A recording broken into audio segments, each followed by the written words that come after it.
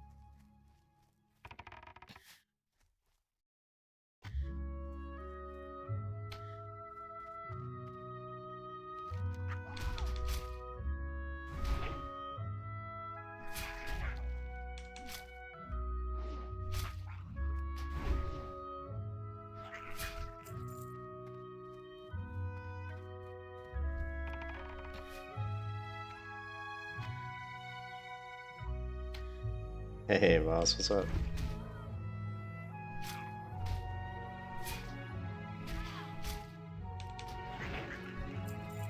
I was asleep.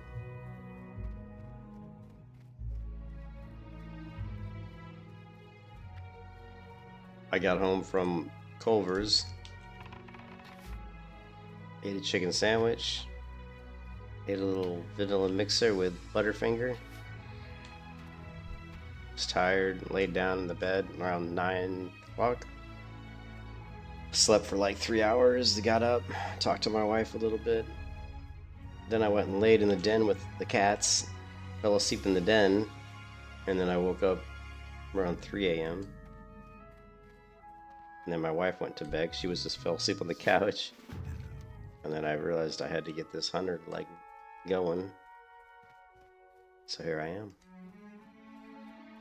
I had a horrible headache, like horrible headache. Like Took 2 Advil. It took about 6 hours of sleeping plus Advil to get rid of my headache. I'm not really sure why I got it. I got it after eating, so I don't know if it was something I ate. I don't know. That was weird. It was weird. Haven't had a soda in a couple days. Like, I don't think I had a soda yesterday, so maybe my body was just telling me I needed a Coca-Cola. Being that I am a Mexican Coca-Cola addict.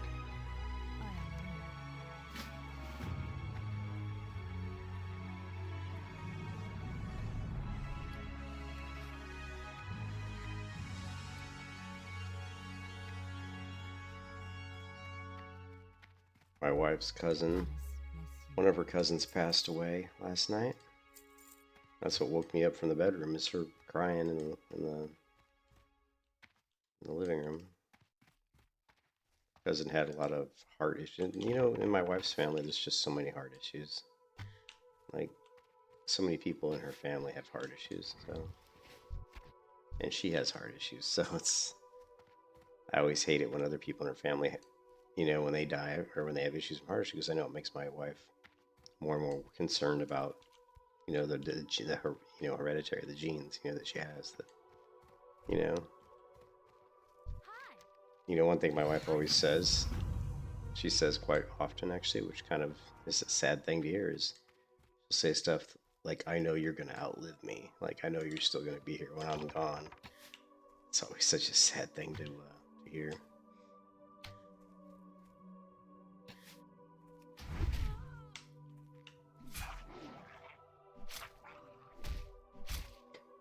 Boy, it got morbid in here, didn't it? Got morbid in here real quick, didn't it? But this is my favorite, one of my favorite things in the world. This is what I'm doing right now. Getting into WoW when it's not a super crowded server because everybody's asleep. Leveling up a Night Elf Hunter. And beautiful Teldrassil. Some nice music. Doesn't get much better than that.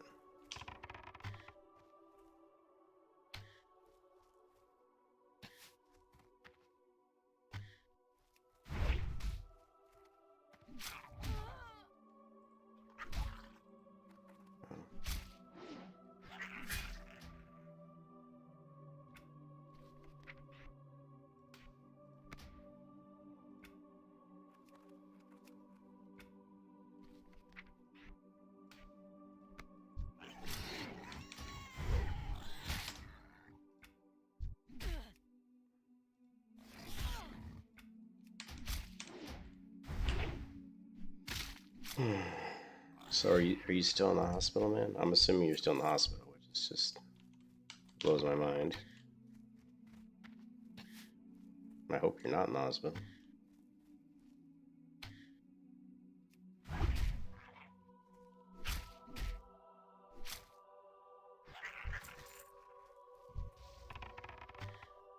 Yeah, that sucks, dude.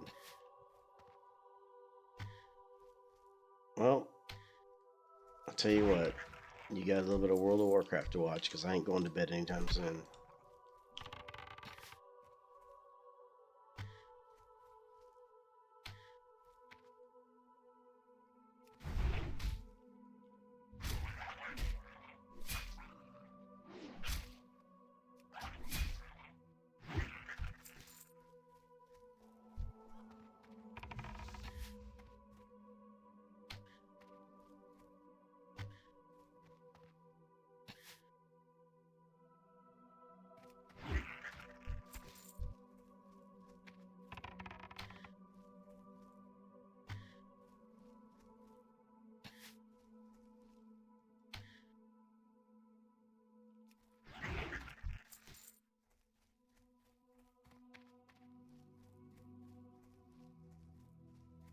Is there trouble?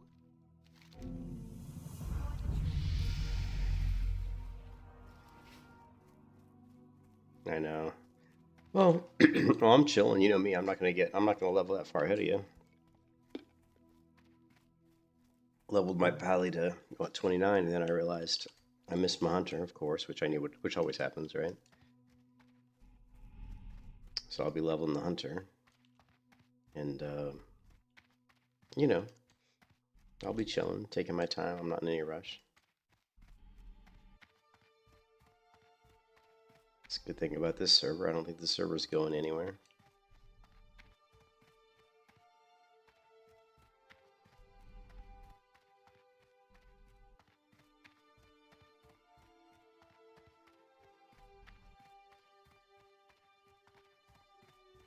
Goddess bless you. Goddess watch over you.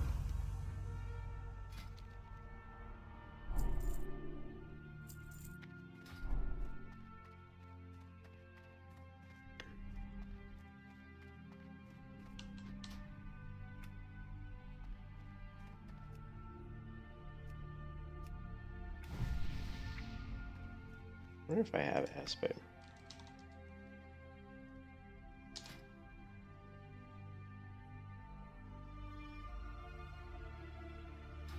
Figured I probably didn't.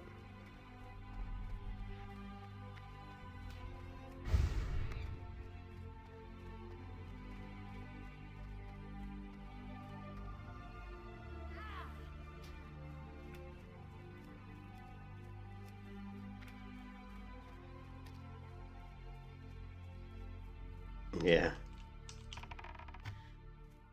Yeah, not with that many people, right?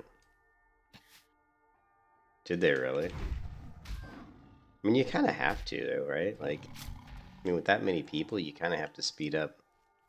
You have to speed up stuff because the nodes were spawning, like, initially the node spawn was entirely too low. Like, you just couldn't find any nodes. And then it got to the point where it was kind of good. Actually, I really like how they've done it. As painful as it's been, I really like that, you know, it's not been easy to get ore or herbs. You know what I mean? It really makes the people that are progressing through their professions, you know, it makes it feel like, you know, like they're ahead of the pack, like they're working hard, like they're getting value for their efforts. Unlike Epoch, where it's like, I mean, in Epoch you could just go to an area where there's ore spawns and you can just run in a circle because they spawn so fast that you don't even have to worry. It's like super easy. I can't believe now I don't know if there's any RMT nonsense going on here, but and I haven't seen any weird inflated prices in the auction house, not yet anyway, right? All the prices seem pretty normal. I'm sure there's RMT going on here as well, but they were banning bots and all kind of nonsense on Epoch. I don't know what the history is of Turtle WoW, like how good they are at handling, you know, bots on their servers. I don't ever remember there being a big issue, to be honest. Like, I don't remember seeing a lot of bots or hearing a lot about bots, but I wasn't really looking for that kind of information.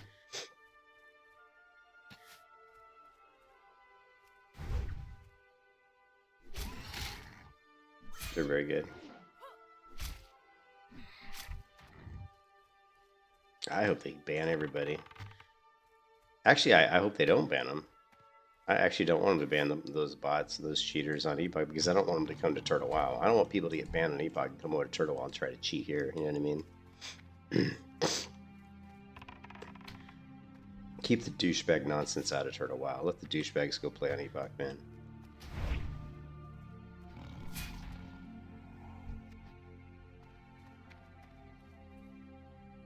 Sip some Coca-Cola.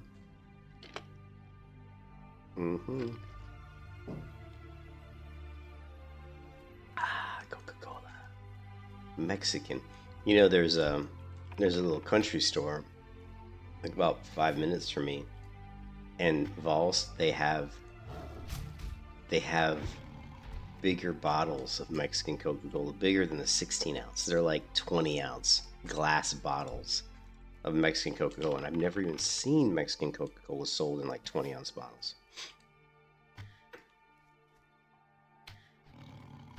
I was kind of excited about that. Let me take a look if I can find that.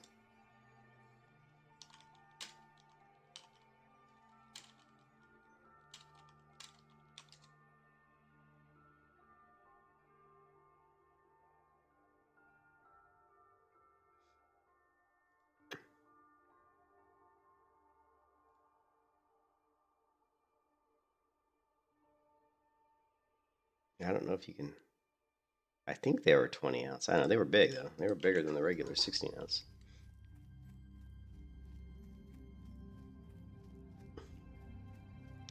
Yeah, we'll see. We'll see what happens with the old epoch.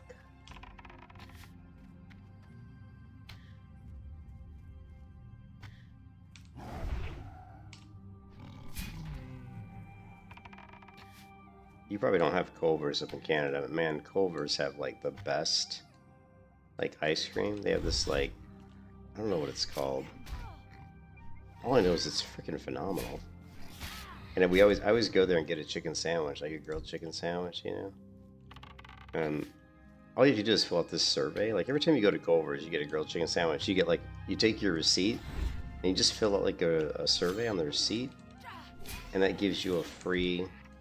They're called their ice creams are called mixers, right? You get like a free like kids mixer basically. Like it's called a kid side, but it's actually quite large. It's like 2 scoops of, you know, like regular 2 scoops of ice cream. But and so whenever I go there, I get I get like a chicken sandwich. I get the survey, I fill it out. The next time, it's almost every time I go there, I have a free ice cream, and it's freaking phenomenal, dude. Like I was telling my wife, I go, this is better than this is better than any ice cream I'd buy at the grocery store. And then you get it with Butterfinger. Oh my god, Butterfinger! Nobody better lay a finger on my Butterfinger, man. Am I done with this quest? Oh my god, I still need these boars. Wow. Guess I'm not done with this quest.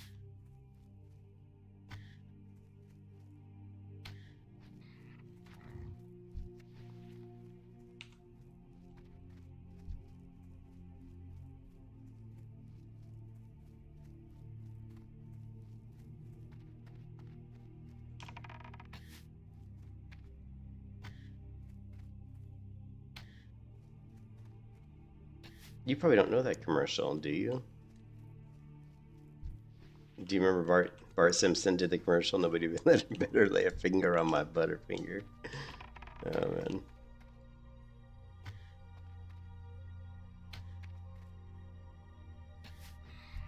You just got Wendy's. Yeah, Wendy's is gross. I liked Wendy's when I was like a little kid, but it's funny how like the fast food chains have gotten worse. I actually ate Taco Bell the other day and I got sick. And I never eat Taco Bell. Like I never eat Taco Bell. But my wife likes a certain like burrito they have or something. So we went to Taco Bell and I ate it, and I literally I was sick for like a day and a half, or like maybe 2 days. Like I was I was sick the rest of that day, and I was sick all the next day. Like I was so sick, my stomach was just like a total disaster. And all I had was like just a couple tacos, you know. But the meat was disgusting because I make tacos at home quite a bit, and I use Steakhouse Elite. I use Steakhouse Elite Kobe beef, which is my favorite meat for tacos. It's so good. Yeah. This is what I use for my tacos. Steakhouse. This one right here. The Kobe beef. Oh, it's so good. And so after eating like high quality meat, you know, in my tacos, and then I went to Taco Bell and I wanted tacos, it was disgusting. I couldn't even recognize the hamburger. I was like, what is this crap I'm ingesting? Like, this is not hamburger. It didn't even taste like hamburger. It was just disgusting. It was like, what the fuck? I don't know how people eat that shit.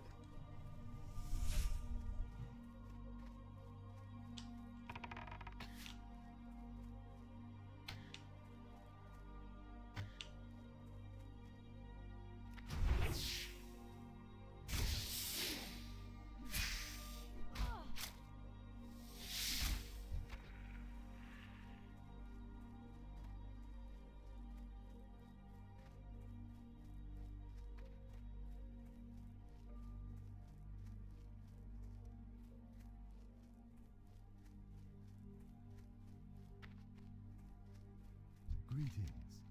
Till next time. Did you see that? Were you on the stream last night where I died on hardcore? Like, it was like the craziest thing. Did you see that, Moss, where I died last night? Where I just went to Dylan, what's his name, Denelon. You know, like people always turn the quest into Denelon, and I just gone up to Denelon to grab a quest, and someone had just turned in the quest to some of the Timberlings, and so I just went up to him to grab the quest, and as soon as I did, 3 Timberlings jumped. They spawned because they grew out of the little pot and jumped me, and there was nothing I could do. They killed me. I was like, holy fuck! It was like the worst timing. You know, it was actually pretty comical.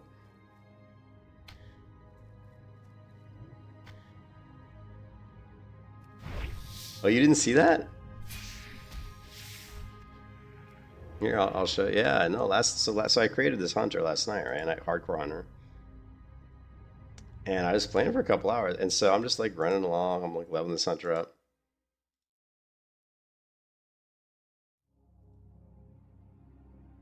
And I got killed. And you know me, I don't die in hardcore very often. Like, it's quite rare, actually. But this is what happened. Yeah, I'm just running along doing my thing. You know, just running over here. Oh, this is AmberShire. So what happens is Denelon has these different quests. He's got a bunch of quests, like Quest Chain. And people are always running up to Denelon here in the NPC, and they're turning in their quests. And you can see a couple tombstones.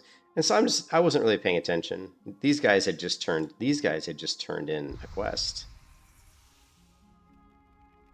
They had just turned in the quest. You can see Denelon's moving over to the flower pot, whatever it is. But I didn't know which quest they turned in, because you can turn in like 3 different ones where he goes over to the planter and does different things, right? So I should have been more careful, because I do know that sometimes, depending on which quest they're turning in, it spawns 3 of these Timberlings. I wasn't being careful. You know, I saw him turn, you know, I just assumed it was, I wasn't really thinking about it, to be honest. I was like, whatever, someone turned a quest in. So I go in here, and of course I turn my camera like this, and I'm just going to talk to Denelon to pick up the quest. And boom, here comes the 3 boglings, right? And in Turtle WoW, as you know, in Turtle WoW, the mobs are more difficult than normal classic WoW. And so at this point, I'm dead already. At this point, I'm dead. I have no chance. I don't even hit the mobs. Watch this. I immediately start running away. I have myself targeted, because the first thing you should always do when you're trying to run away and reset mobs, always target yourself. So I target myself, and then the other thing you want to do is you want to try and not put your back to the enemy. But so you want to try to turn sideways. I didn't do that, but I should have. But it doesn't really matter. They're not doing back hits anyway. But I'm dead. And I had no chance, like no chance whatsoever. So that's how I died. So it's just one of those really, just really bad luck. Bad luck, bad timing. But also a little bit of a lesson for the future, that if he is turning in a quest there, you want to make sure that you give him a wide berth in case he is turning in the one quest that actually does spawn those mobs, because those guys do hit pretty hard. So it was still my fault, but it was still kind of bad luck. But yeah, not something that... You're not going to see me die very often, although I probably don't want to say that, because I'm probably going to jinx myself.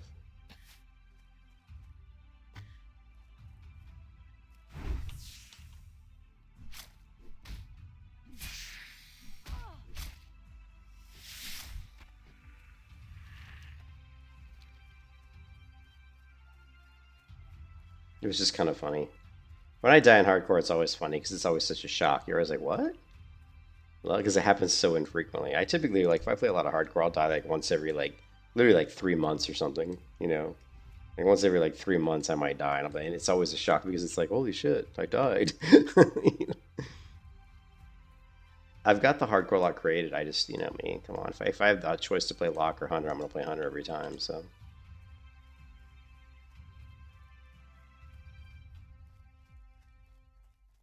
Plus, I'm curious how the hunter's going to do in PvP. You know, I'm like curious how the hunter's going to do.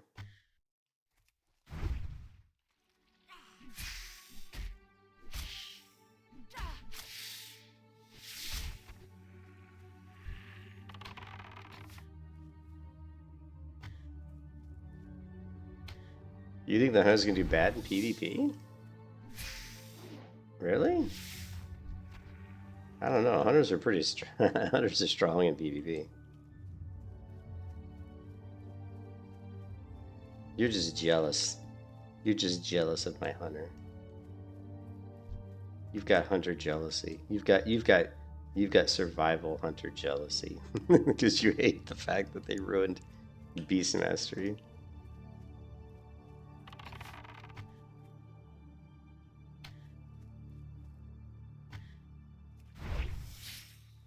All right, well, that'll make it challenging at least. Make it challenging.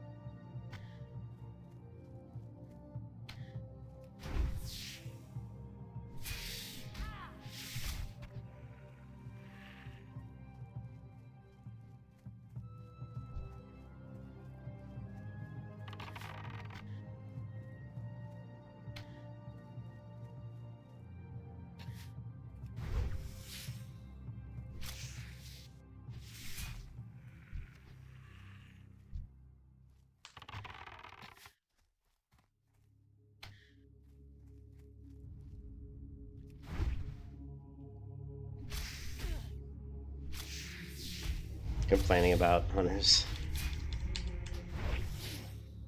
Well, we'll see how it goes. I think once... Yeah.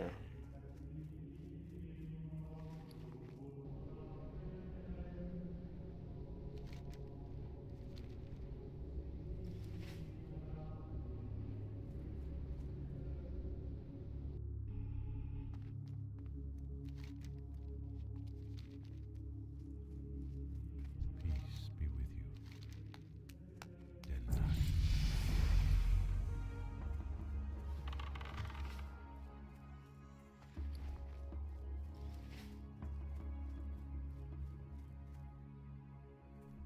Oh, we'll see what happens. I never bother complaining about stuff because I figure there's always someone else who's going to complain, so let them deal with it. Good luck.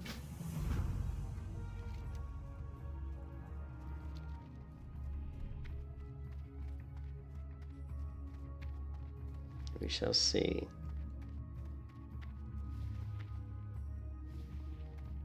Greetings.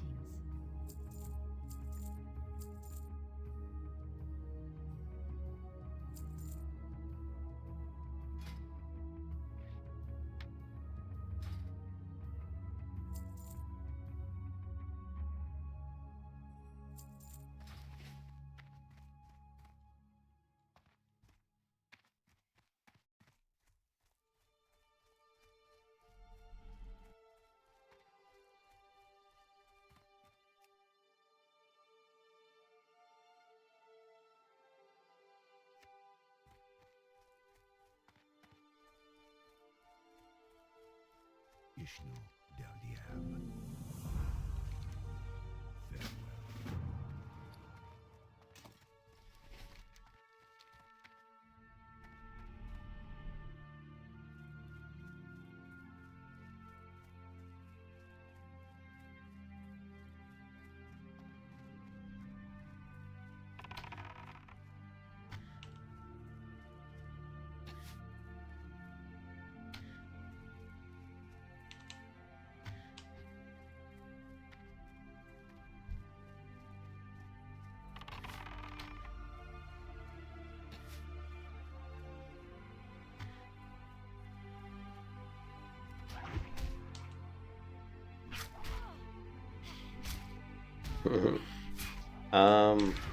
I'm on my first Mexican Coca-Cola, so the caffeine level is right where it needs to be.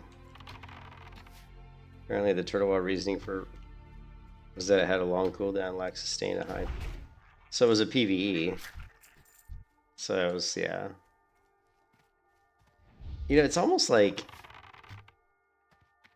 I just thought of something. And I'm sure somebody else has thought of this like before, right?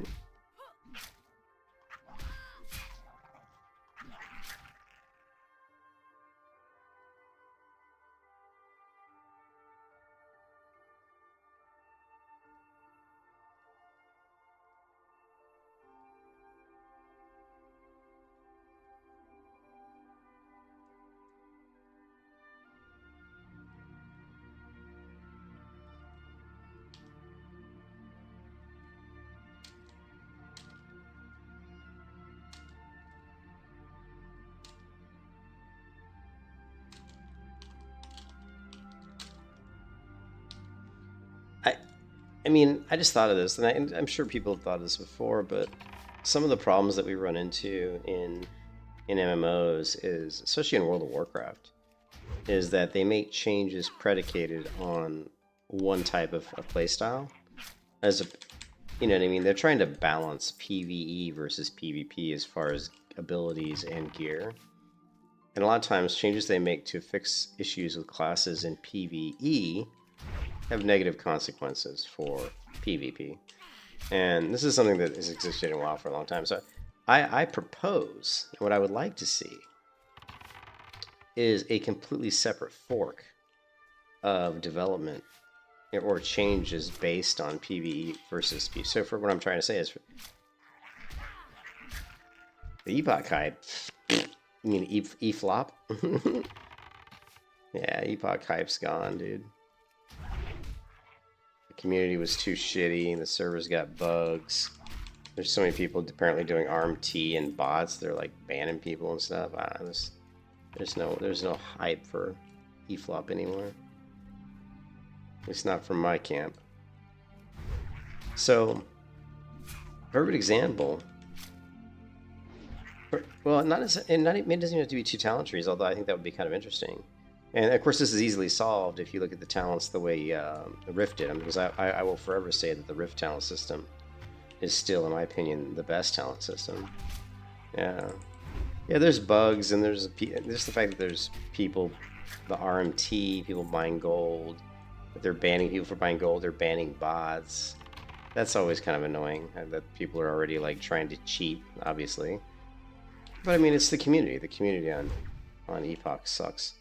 But which on Turtle WoW it's not. It's much better. And Turtle WoW servers aren't losing people; they're gaining people. So probably gaining all the stupid Epoch. I kind of wish Turtle WoW wouldn't gain the Epoch crap players.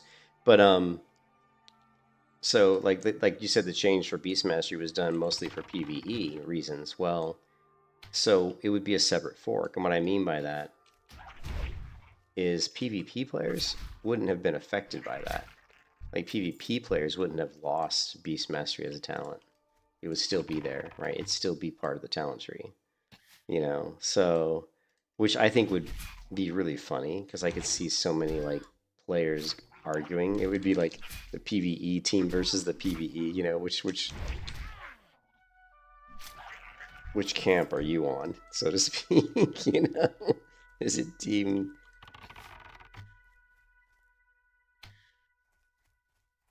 Is it Team Jacob or Team, what was that Twilight?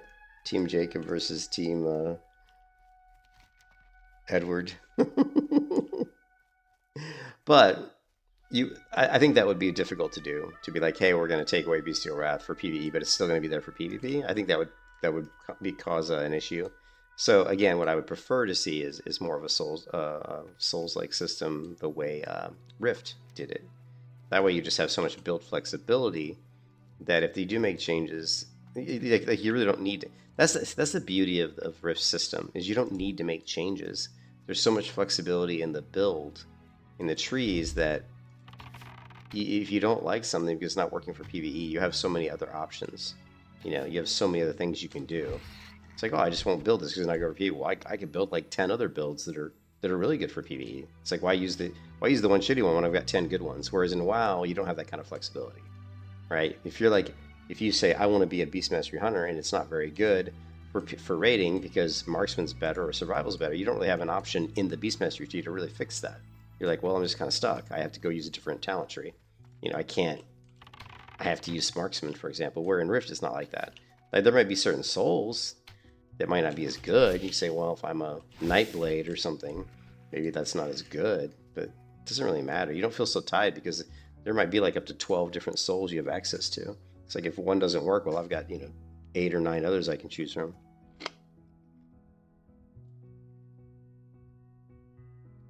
They didn't like, I don't know.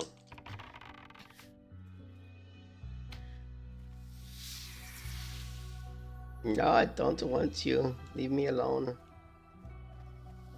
I gotta reset.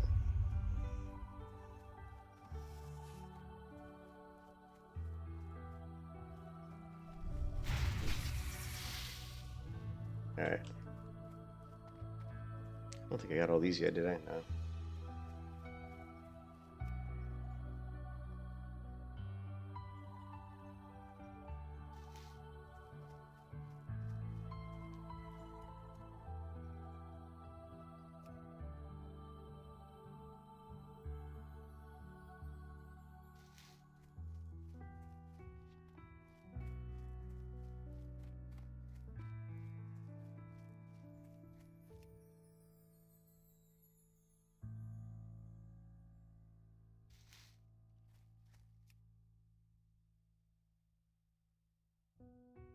Where's Brogan?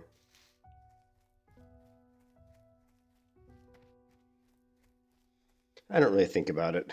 I don't look at the forums. I don't think about a class being broken or not broken, not unless it's like egregious, not unless it's like super, super really bad. In most cases, if my class is underpowered, I just make do. I figure out how to make it work. You know what I mean? I don't complain about it. I don't cry like a baby because my spec's weaker than one of the spec, because there's always going to be one that's stronger. You can't, they never can seem to perfectly balance them, so I'm not really too concerned about it.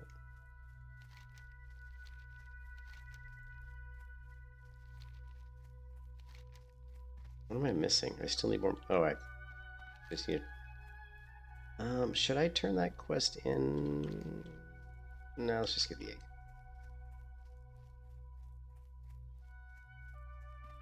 You still struggling to like it? I didn't know that you were. Are you still? I didn't know you were still in Epoch. Well, I'm telling you right now, a lot of people are leaving Epoch for Turtle WoW. And the only reason I say that is because, well, because the population on Epoch does seem to be dropping a little bit. And the population on Turtle WoW keeps going up, and I would imagine that some of the reason it's going up is because people are coming to it from Epoch. That's my only. I mean, it's got to be right. I mean, there's only really two Classic Plus, really Classic Plus type servers that are good, and that's Turtle WoW and Epoch. So if you're into Classic Plus and you don't want to play Epoch, where are you gonna go? You're gonna go to Turtle WoW. So.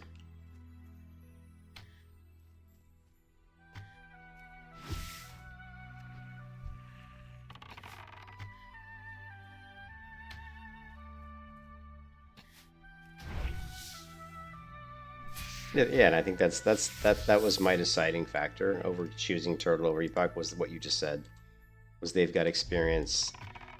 Their servers can handle lots of people. Their servers don't have, I haven't run into any bugs on Turtle WoW. I have not seen one single bug since I've been playing here. Not one. Actually, that's true.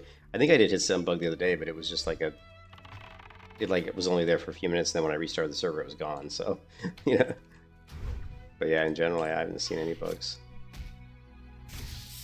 But that was the deciding factor between the two, because it was hard to choose, It's hard to choose which one to play on.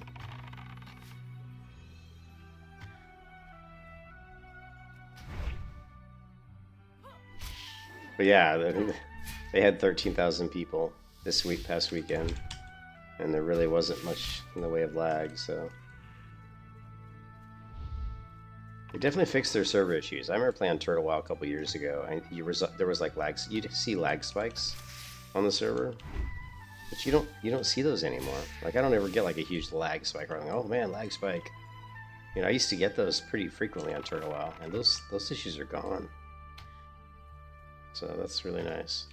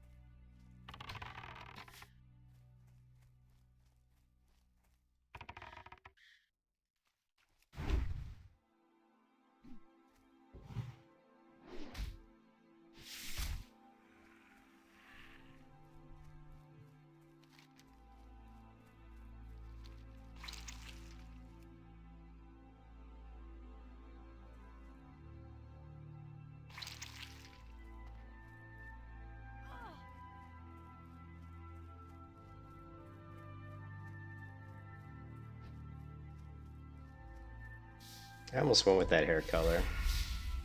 And they went with the hair. I think that hair color looks good with that dark skin. That kind of pinkish hair color with the... So new hair color and new skin color. It looks kind of cool.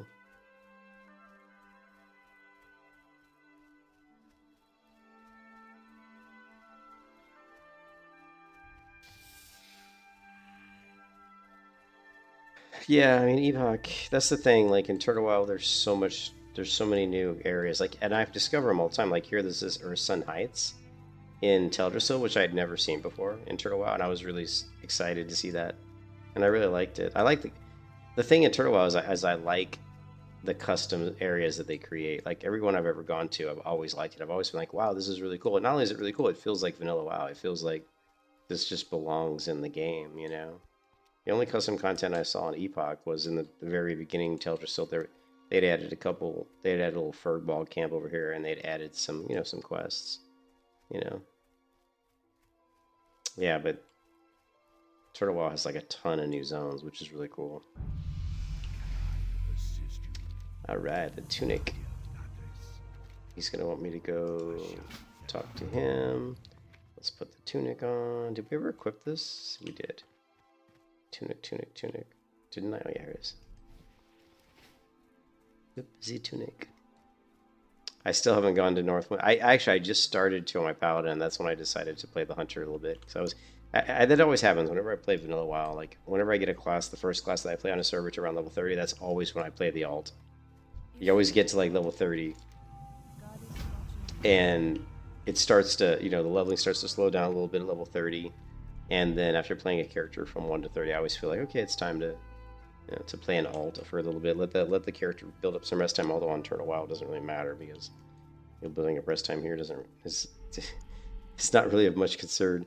I mean, it's kind of nice. I mean, I must admit, it is nice having the tents in Turtle WoW because it does help you level quite a bit quicker. And as we all know, vanilla leveling can be a little slow. Especially if you're an altaholic like I am, you know, and you want to play like 3 or 4 different characters. And that's the other difference between Epoch and here, is people here are more chill about leveling. On Epoch, everybody's got the stupid like retail mentality of get to max level as fast as possible, get the best gear, complete all the content, and then waggle my E-peen. Hey, look at my E-peen. It's bigger than your E-peen. That's right, because I play on E-flop.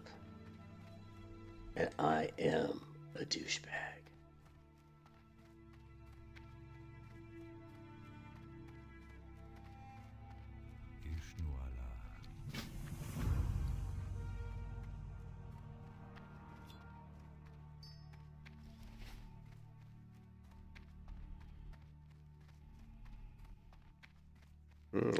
I've done a ton of PvP on this server with this engine. I have no issues with it. Not to mention, I always say that it's kind of a funny comment when people say stuff like that. Like, oh, the 1.12 engine. I can't do PvP. And yet, there's plenty of old school videos of people doing amazing PvP on the 1.12 engine. Not to mention, I've done probably a good 20 or 30 battlegrounds on AmberShire, the server, and had tons of fun on PvP. So... so you could definitely do PvP here.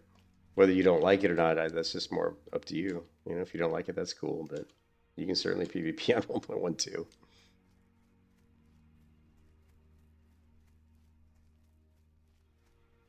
And a lot of things that are going to help you with PvP on this client is really knowing how to macro. You've got to be able to create good macros. Like on my Paladin, you know, being able to create some of the macros that I've been able to make. You know, has been very important. You know, I've got one macro that manages like 3 different seals, and it knows what, you know, based on what seal I have up, you know, do I want to judge this, you know, or not. And if I didn't have that macro, managing my seals would have been a lot more of a pain in the ass, especially in PvP. I don't have all the graphics patches. I just use 2. There's a bunch. There's probably like anywhere from 6 to 10 different individual, at least 6 to 10 graphics patches you could probably, high definition patches you can upload for Turtle. But there's a main package. There's a main core package that most people use.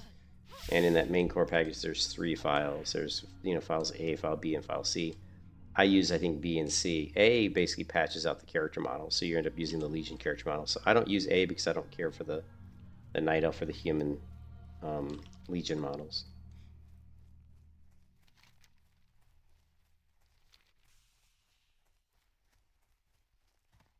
Yeah, I know. People play that old school RuneScape. It's crazy. I don't know how people play it. Honestly, I can't play a game if it's click to move, and I can't play a game if it's isometric. So those are no-goes for me personally. If it's isometric, I can't play it. The only isometric game I played that I actually enjoyed and could have seen myself actually playing it for any length of time was Lost Ark. And Lost Ark was isometric, but the combat in Lost Ark is actually really cool. I really liked it. And the graphics in Lost Ark were really cool, like the art style. But Lost Ark had major issues with like bots and like major bot issues and major like it was just terrible. Like 20-30% of the people on the server were just bots. It was so bad. And it was totally pay to win. So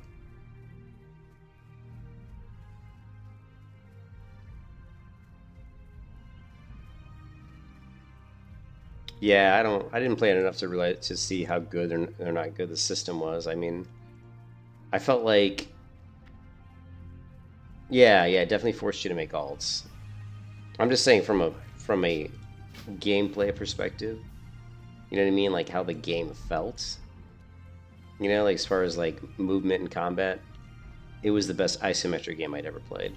From that point of view. Like being able to do some pretty cool combat with an isometric type camera in Lost Ark was cool. Yeah, the action, exactly. But yeah, the game itself, yeah, it did force you to make alts, and then there was like the pay-to-win aspect of people just buying like whatever the potions were that allowed you to keep gathering. I don't like any game that puts a limit on gathering. If a game puts a limit on gathering, saying you can only gather like so many herbs a day, then I'm not even gonna play it because I think that's just stupid. Because it's not rooted in fantasy roleplay, right? It's not roleplay. Like if I'm in the world of Lord of the Rings, why is there some magical god that's going to say, well, you can't pick this herb because you already picked 50 herbs today? Well, that doesn't make any sense. Where is that rooted in any kind of realism, So I always, again, I go back and forth all the time on this, but to me, it all goes back to Dungeons & Dragons. If I can do it in Dungeons & Dragons, I should be able to do it in an MMO. The Arcade had the same issue. Yeah, they had energy potions. Now, Black Desert had some sort of system, but I think it's gone now. I don't know. I can't remember. Yeah, Black Desert doesn't really have that problem.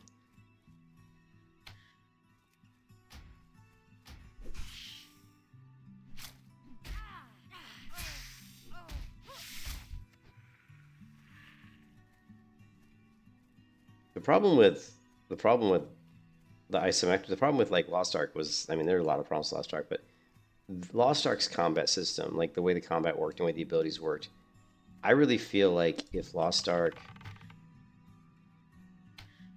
I really feel like if Lost Ark was a third-person camera, like like a WoW, third person, it could have been one of the greatest MMO combat systems I'd ever played. If it was like a third-person camera, I mean, it was that cool. Okay, can you imagine playing Lost Ark with this type of camera view, like this third-person camera? Like how amazing the combat would have felt. It would have felt so good. Because for a game to feel good combat-wise with an isometric camera is really difficult. Like for me, especially because I'm really critical of isometric games because I really dislike isometric. So for me to play it and feel like the combat was good means that the combat in third person would have been like 10,000 times better.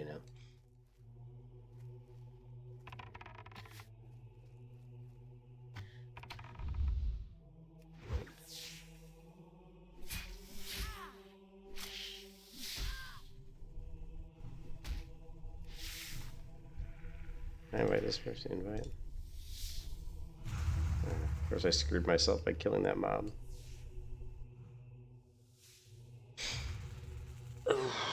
It's okay. Let's pour ourselves a little Coca-Cola while we wait for the spawn.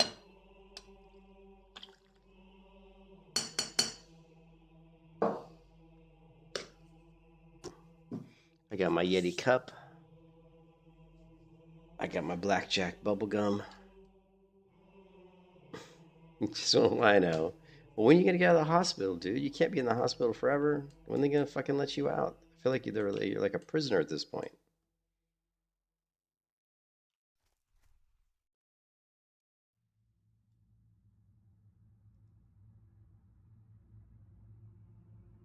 You don't know? Man, it's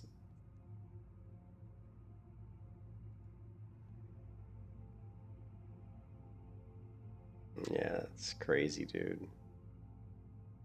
Oh my god, the respawn timer on Githis here is a little bit slow. Come on.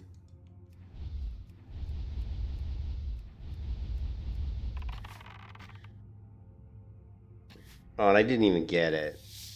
Fucking A. I didn't get it because the dot, right? So that was my mistake. This is just a little tip for you hunters out there. Don't pull with Serpent Sting. Like if you're trying to tag mobs, don't tag with Serpent Sting because Serpent Sting doesn't do any damage.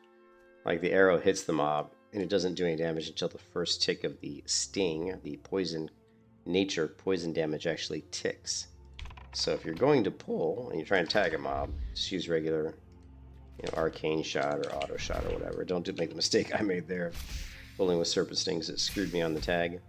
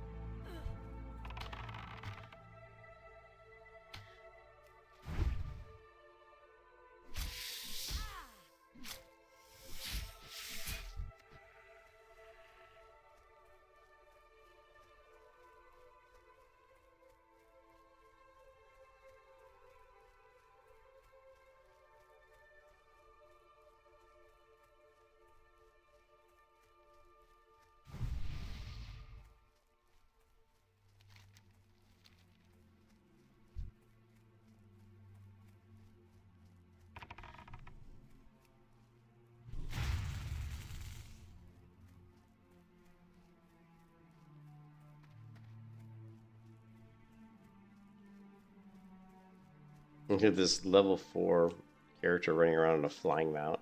It's just like, why would you buy a flying mount? There's no flying in Turtle WoW, thank God, right?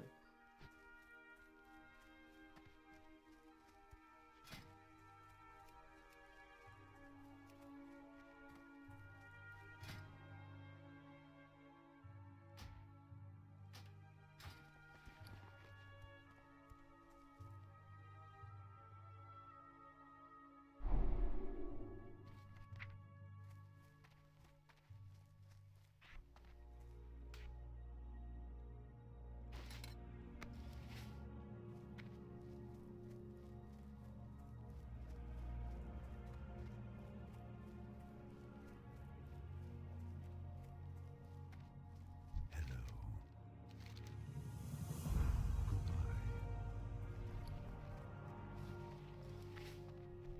Oh, did I screw up and not get my... No, I did. Never mind. What's the percentage of hardcore players in there? It's a lot. It's a lot. You'll see when you walk by people and they have a title that says "Still Alive." So I don't know. I mean, I see there's a lot. There's definitely a lot of them. I see them all the time when I'm just running around. I see that the little tag on their name that says "Still Alive," which means they're hardcore. So there definitely is quite a few of them. I don't personally group when I hardcore. I just focus on just leveling. I don't really think about grouping too much. But there are times when I'm doing quests and people are next to me doing the quest, and they happen to be hardcore, and I'll just group with them to do the quest. So yeah, there's quite a few. There's actually yeah, like Vael said. I mean, there's a lot. It's not a small amount. Like.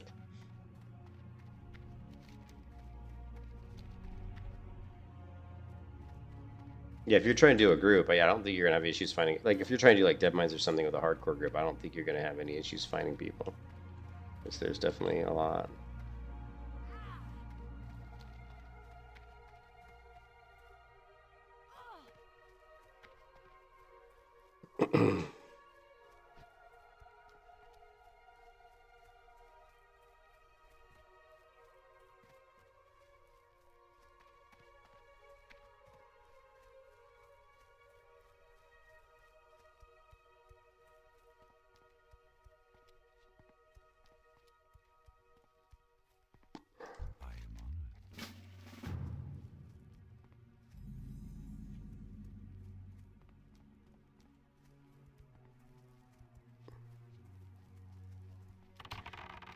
Yeah, unfortunately, I can't run war mode when I'm doing hardcore. I mean, I probably could, but that would be like obviously insanely stupid.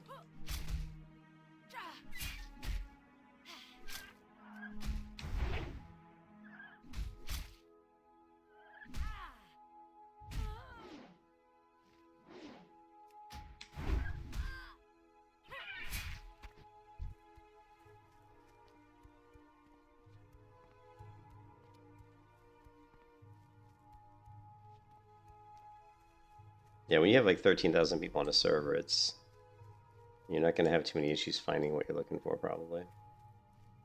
I haven't checked the population right now. This is like probably the time of day when there's going to be the least amount of people because, I mean, it's 4:54 a.m. here, and so well, I guess it's around 10 a.m. So there's probably people in Europeans are starting to show up.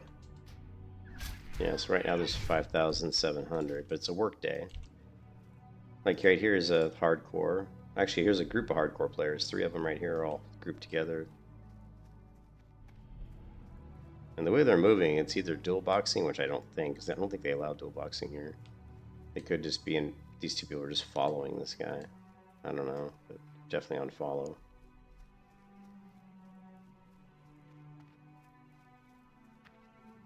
Yeah, I have no idea how big those other servers are. Oh man, I wish I could take today off work, so but I can't.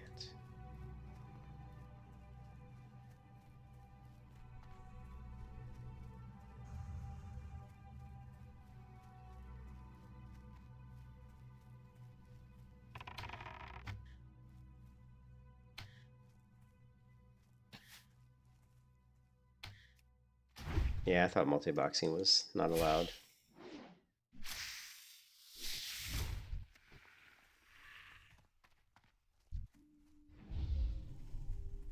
I'll be nice and not pull that mob from that guy. I thought about it, but I'll be nice.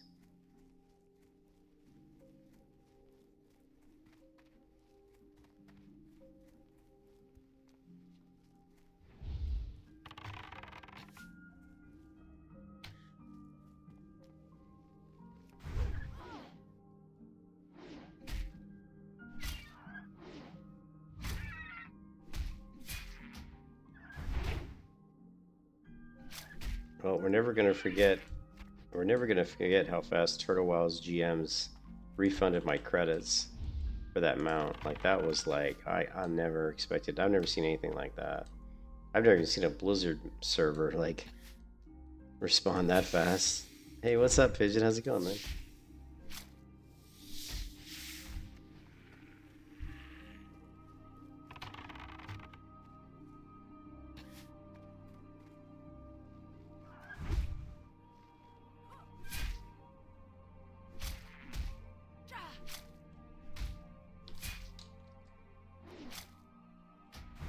You see all the people congratulating a player for reaching level 50 in hardcore mode. You see that?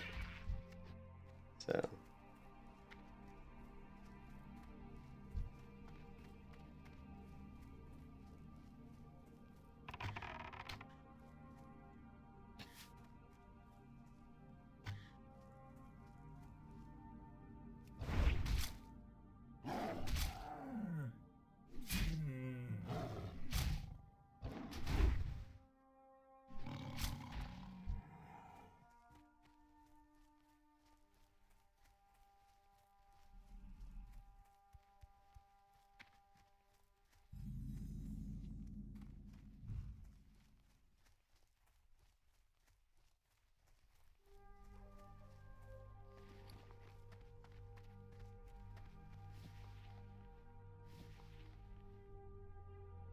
Oh, staff.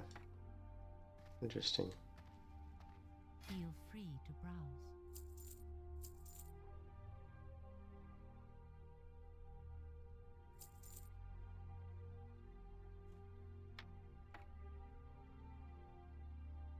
May the stars guide you.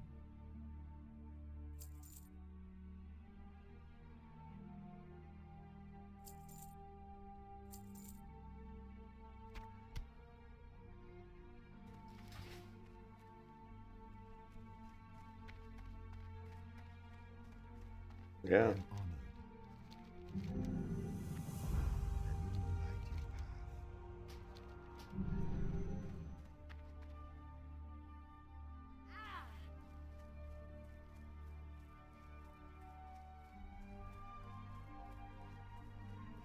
and honored. Let me light your path. Ishnuala, may the stars guide you. Ishnuala, may the stars guide you. Goddess Victoria.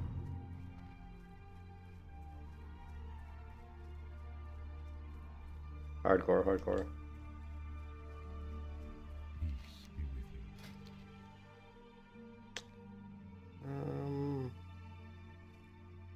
Yeah, we're not gonna use arcane shot. We don't need it now. We don't need that shit.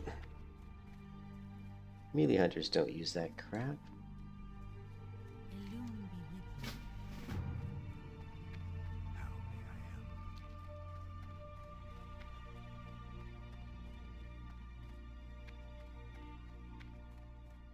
help? Whoa. It's too dark in here. I can't see. How may I help?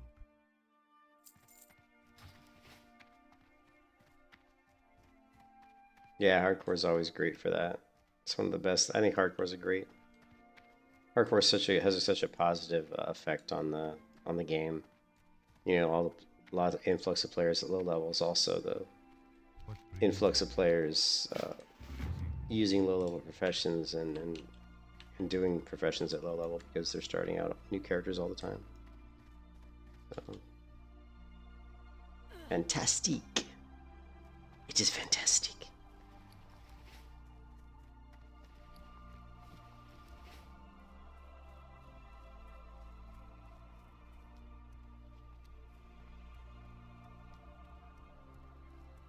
What brings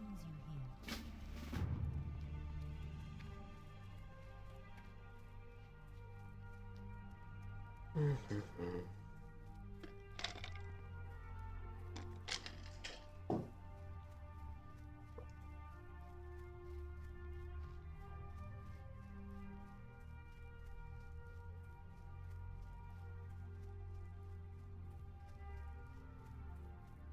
Yeah, I'm just definitely fully interested to see how Unreal Engine 5 pans out.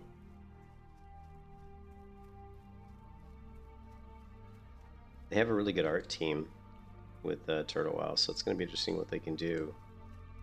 I'm sure the developers are super excited. I'd be super excited if I was a developer on Turtle WoW and have to have the ability to then utilize the Unreal Engine to do stuff. It's like saying here's a piece of paper you can draw, but you can only draw with this pencil. Now you got an Unreal Engine 5, and they're saying, oh, now you can draw with markers and crayons and colored pencils, and you have a lot more tools in the box to work with. So,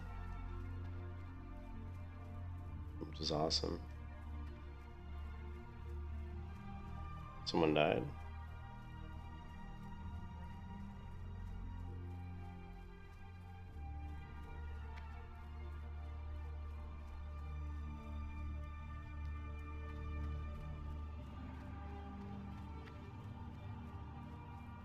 Can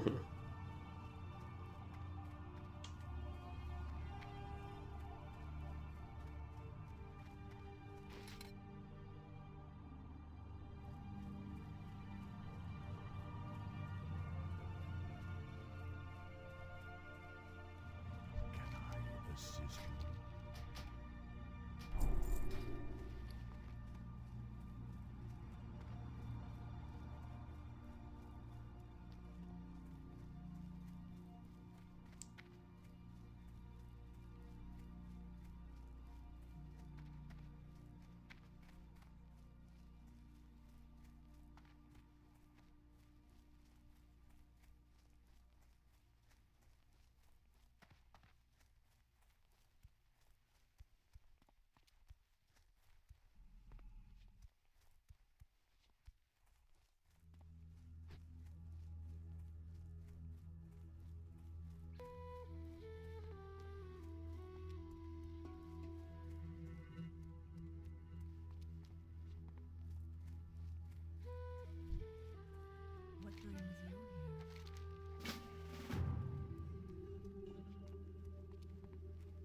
Fucking Jesus. The world chat's gone to shit. They're talking about goth girls and femboys and just, oh god. Get a life, man. Hello. Be careful.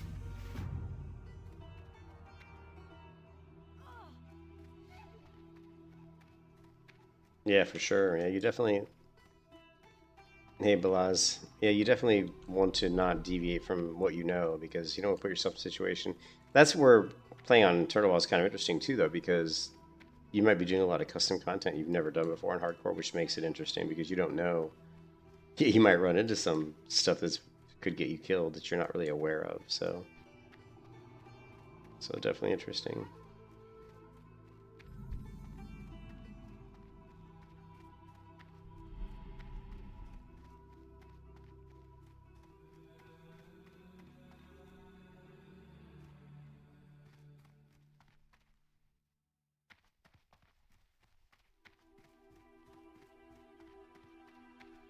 I am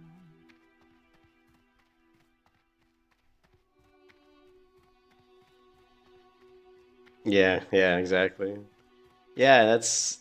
I was thinking about. I think I'm going to go engineering, and I don't normally go engineering. Normally I go alchemy.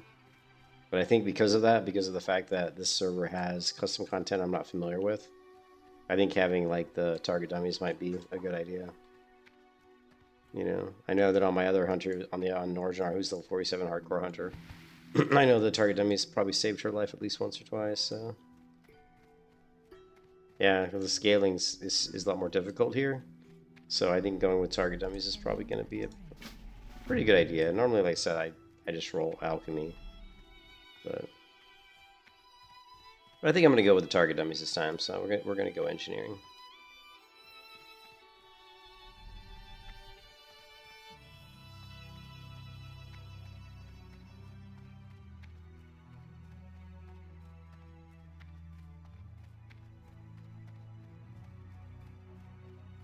Now back to goth girls, yeah.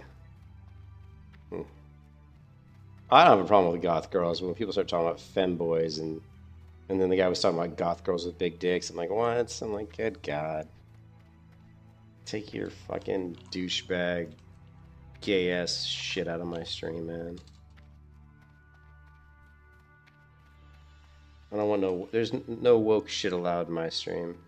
If you want to do your woke crap, get the fuck out. This is a woke free zone. Man, you want to talk about your bullshit crap, get the fuck out of here.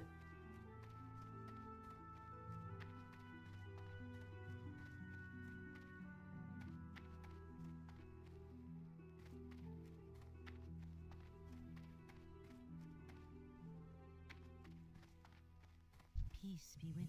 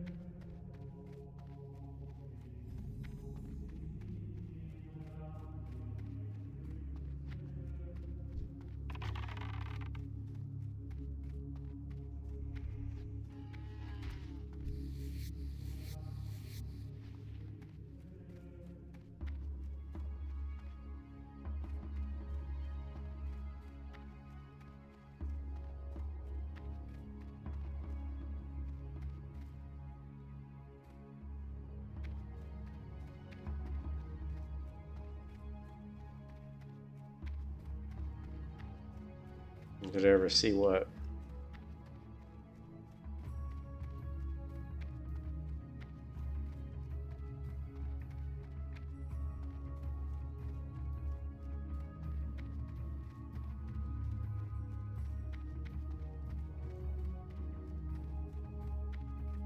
Oh, did they used to have woke mods? I didn't know that. Wow. Well, I'm glad they don't have those anymore. We know the Project E-Flop's got a bunch of woke shit going on.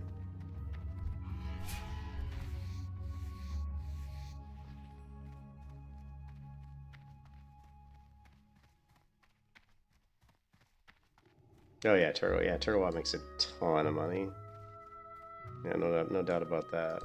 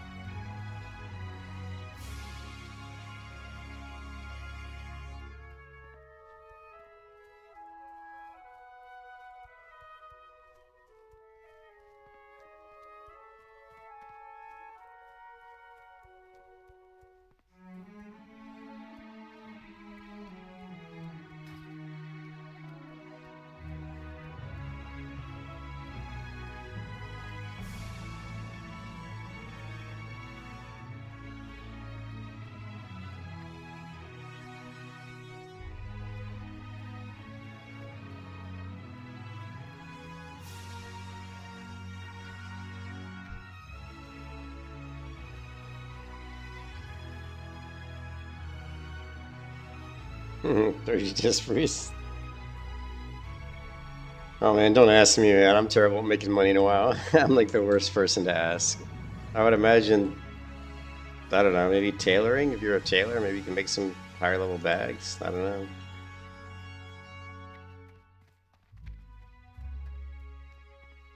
Yeah, I'm terrible at making money in a while. I've never been that good at it.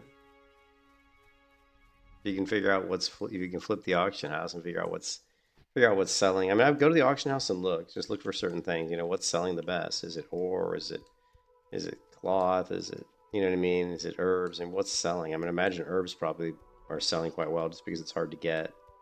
But if you're tailor enchant, that I would probably, I would focus on just getting your enchanting as high as you can, as fast as you can, and then just start selling enchants. Just start, selling enchants.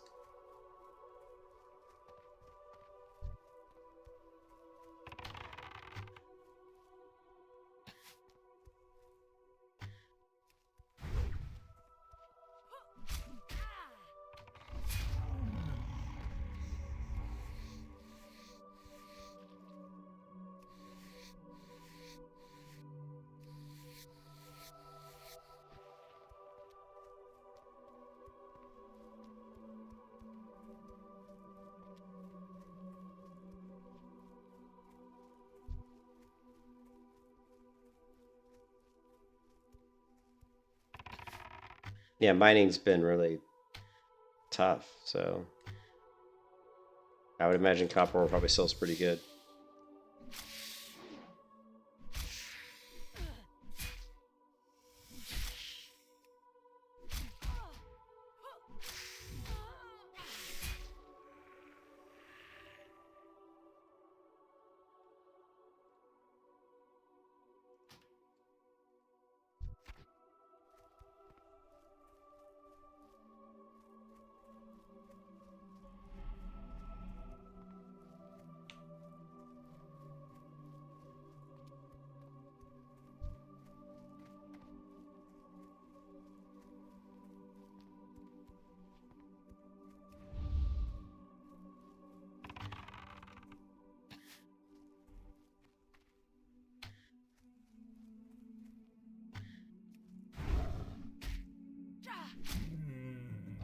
Did they tweak it? Yeah, it was bad. Like the respawn was a little bit too slow.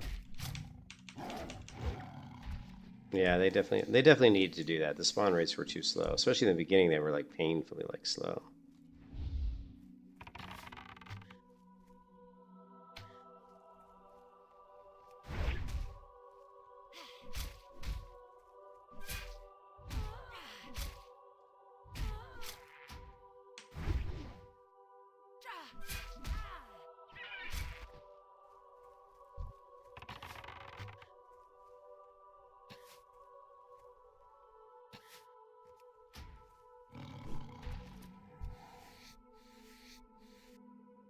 Yeah, well, it's because leather's easy to get.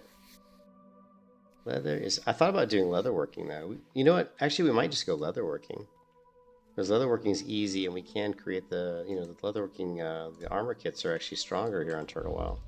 Because they increase your stamina as well as increase your armor. So, if we do go down that route, we'll have to be careful. Oh, no. We got 2 mobs here, boys. We got 2 mobs. Let's see if we can take these guys down. I think we can since we got Monkey.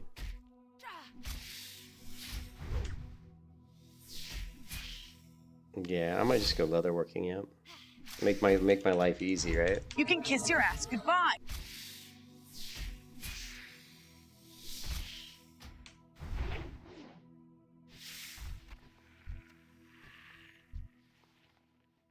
I don't have, this is a Turtle WoW thing. That's the one constant bug I've seen. Where it'll say you don't have permission to loot a corpse. That is, I would say that's the one bug that's been annoying on Turtle WoW. And I don't know why it does that. And that's the only bug. Because I see very few bugs here. You can kiss your ass goodbye. I believe that's the hardcore rules. Yeah, and you can't... I don't think you can use the auction house, right? Can't use the auction house. I don't think you can use the mail system either. Yeah. Well, that's the only bug I've seen consistent, is that. Where it says you can't loot something.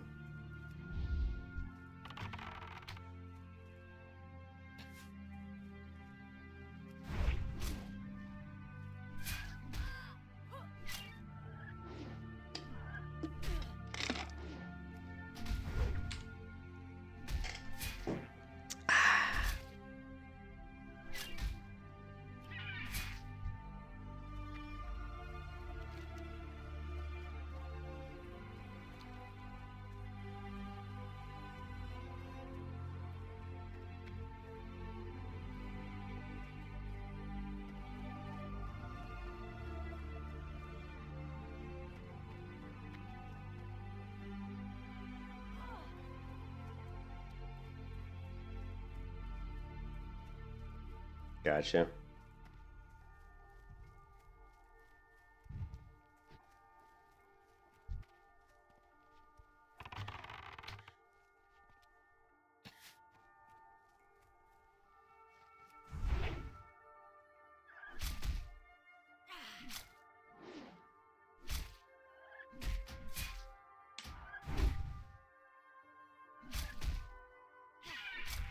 Yeah, as long as they're working on it.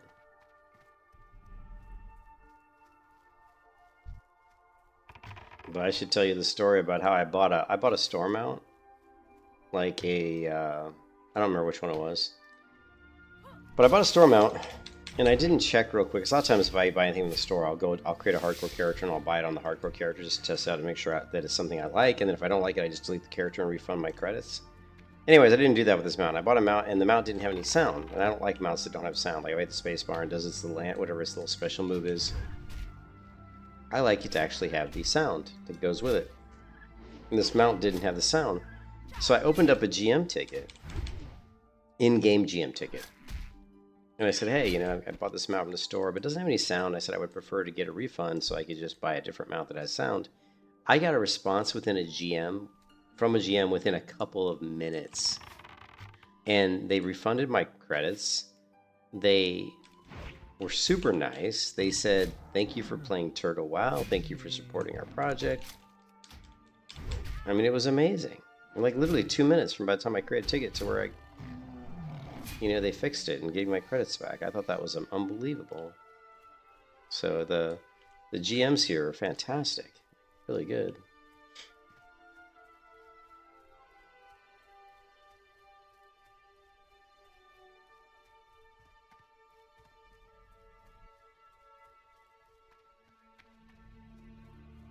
Yeah, I was really surprised they didn't do a sale. Turtle WoW doesn't do sales very often, but sometimes they do.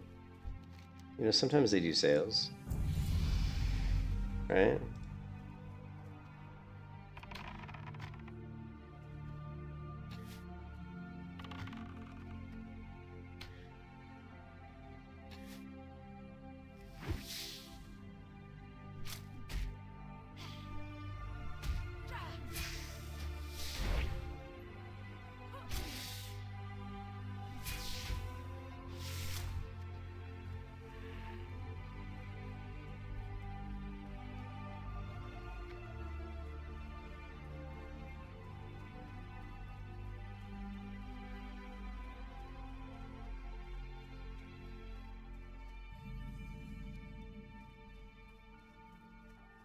Hey, Milan, how's it going?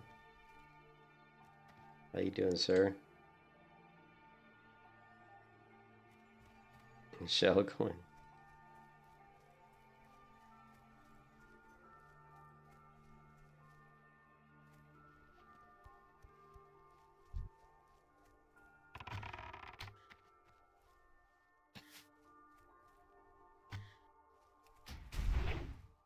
I'm an alcoholic. We know that. I only invest in Big Daddy Bitcoin. Big Daddy Bitcoin, baby.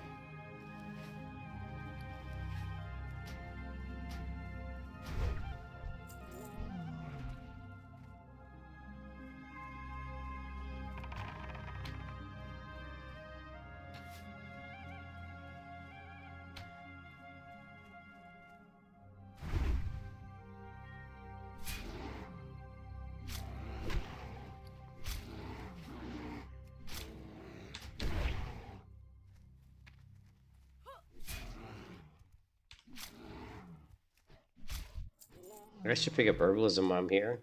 I should pick up herbalism here and just herb for a while and just sell all my herbs in the AH. This is probably still worth decent money.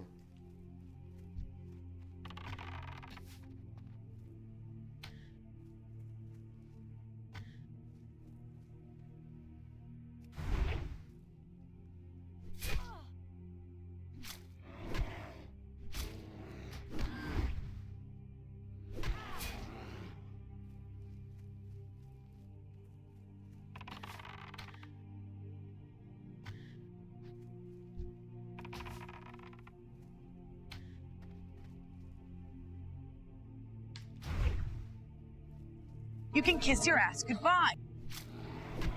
Don't want to kiss my ass goodbye. Ooh, I think we're gonna run. You can kiss your ass goodbye. I think we should run. Oh shit, I don't have any healing potions. Oh no. Come on, dude, reset. Ooh. The thing that makes me nervous on hardcore on Turtle WoW is I don't know the reset timers on here. Like, it feels like on Turtle WoW the mobs don't reset as fast. So that was really scary there, because if he wouldn't have reset right away, I would have been dead. But that's a little iffy there.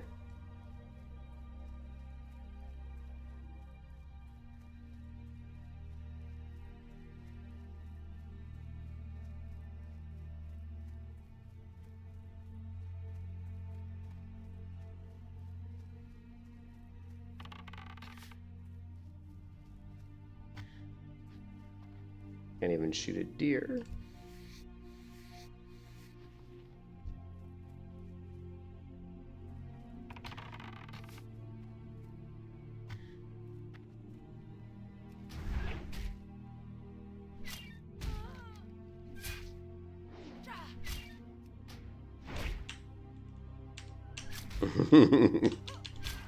That was close. Yeah, that was very scary. I didn't want to die. I did not want to die there, but that was definitely a little scary.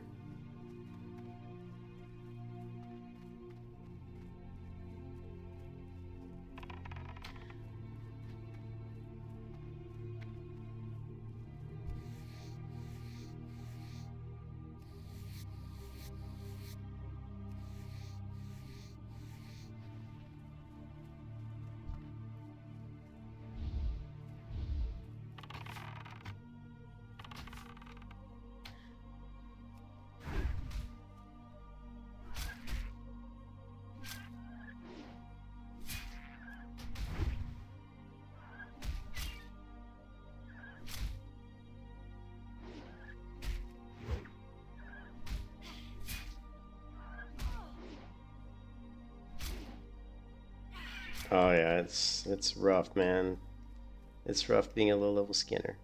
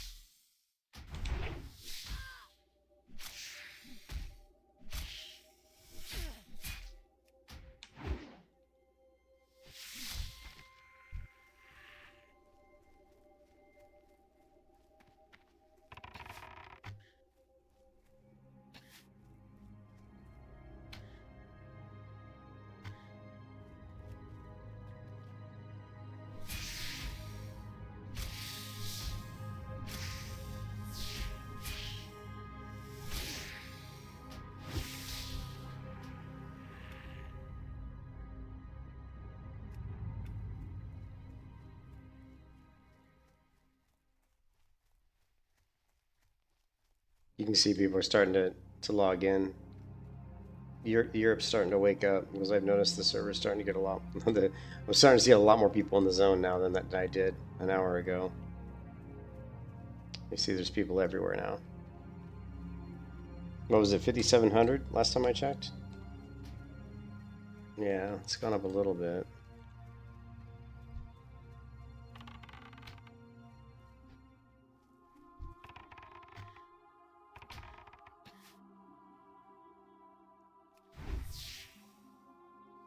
Yeah.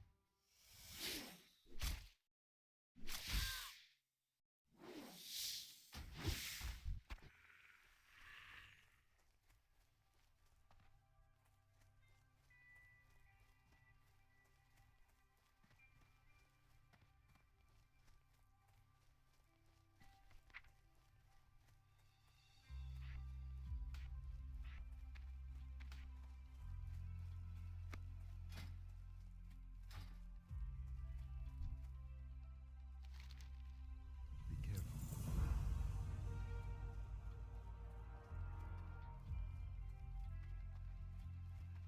I'm listening.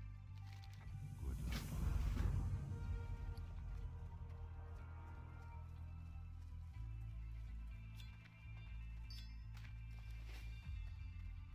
Greetings.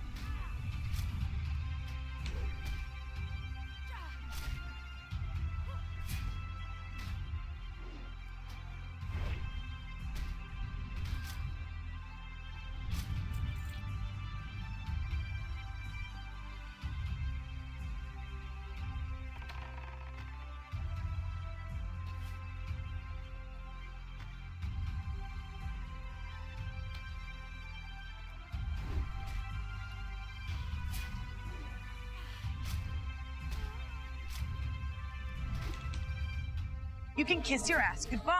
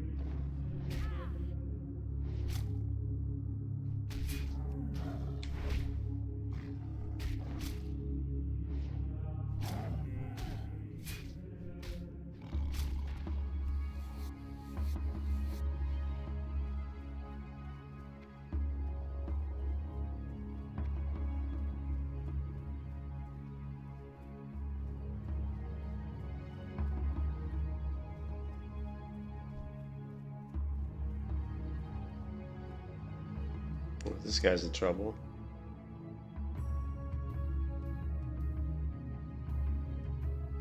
Okay, no, he's alright. He's okay. This is the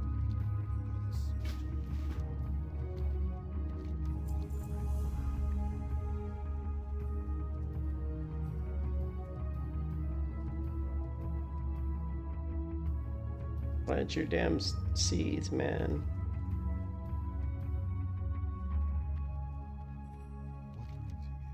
brings you here? Till next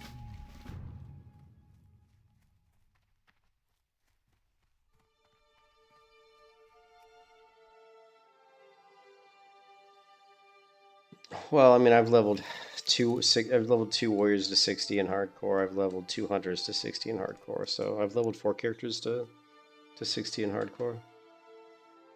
I haven't done on Turtle WoW though. I didn't. Those were done on the classic servers, like the WoW's retail classic realms, Skull Rock, and well, then one was done with the community hardcore add-on. So back in 20, I would be back around 2020 probably.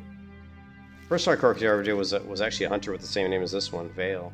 And on that character, I didn't even equip a bow. Like, I literally never equipped any ranged weapon whatsoever. So it was a true melee hunter.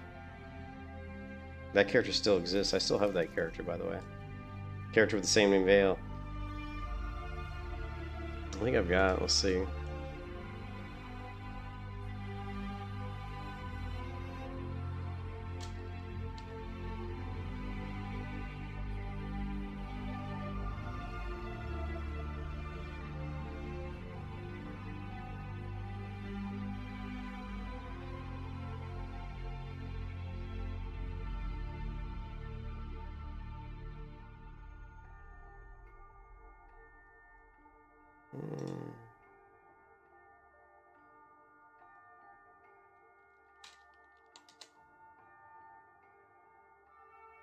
Yeah, I've got it somewhere in my 2 years ago.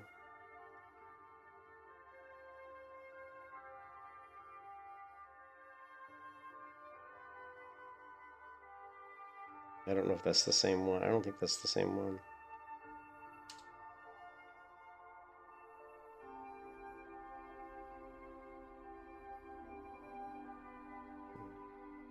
Would have been longer than 2 years ago. Yeah, but it was actually when I got that when that my first melee hunter, who was a true melee hunter who never actually equipped any ranged weapon whatsoever. When I got her to 60, I had there were 200 people in my stream. That was actually probably the most watched stream I ever did.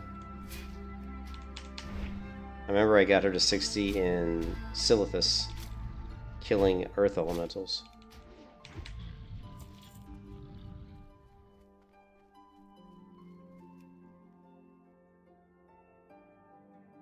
That's rough though. Leveling 1 to 10 as true melee hunter, it's a pain. Because you just hit, because you create a night elf, you just have a dagger. So just killing people with a dagger, from 1 to level 10, it's very, very tedious.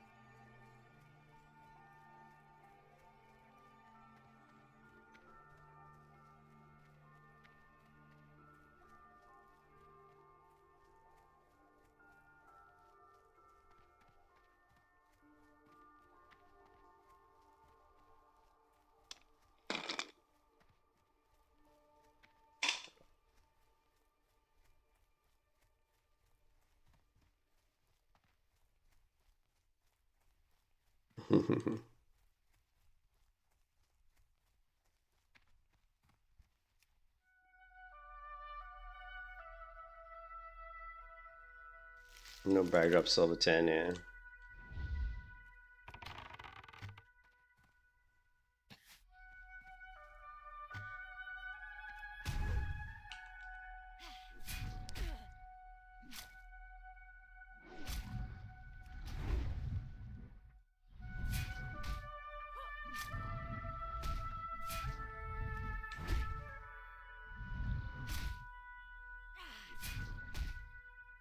You can kiss your ass goodbye.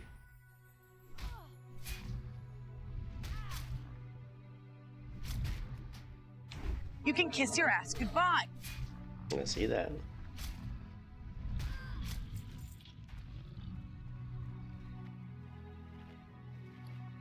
Hmm.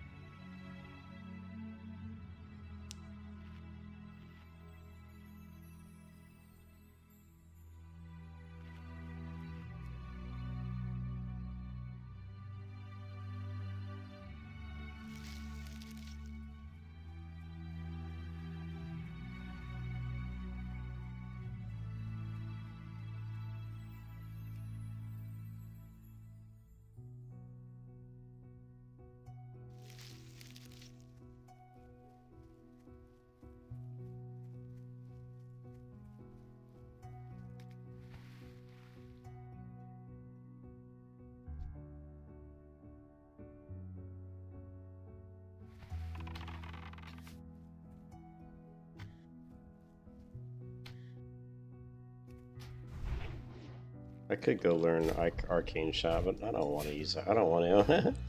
I'm a melee hybrid hunter. I basically don't allow my character usually to use anything other than serpent sting. So I don't. I mean, but we could have grabbed arcane shot just to make the 1 to 10 easier, but I'm not going to bother with it. I don't like to learn that.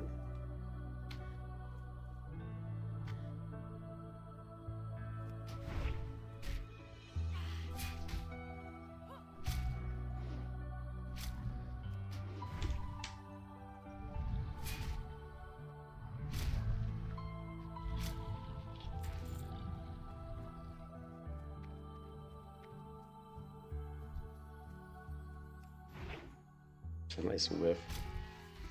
Whiff.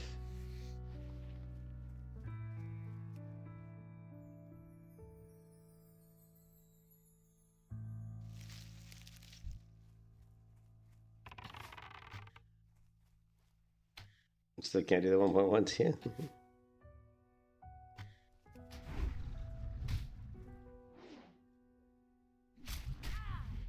I think the 1.12 client is more annoying on certain classes than it is on others. Like this class, it doesn't really bother me too much, but if I was playing like maybe like a rogue or certain caster classes can be kind of annoying. But I'm so used to it. Once I get used to it, it doesn't bother me at all. Yeah. But I don't want to switch back and forth between like a a more modern client and then go back to Turtle WoW because it does feel more painful when you switch back and forth. But once you just play only this, you get used to it. And it doesn't really bother you.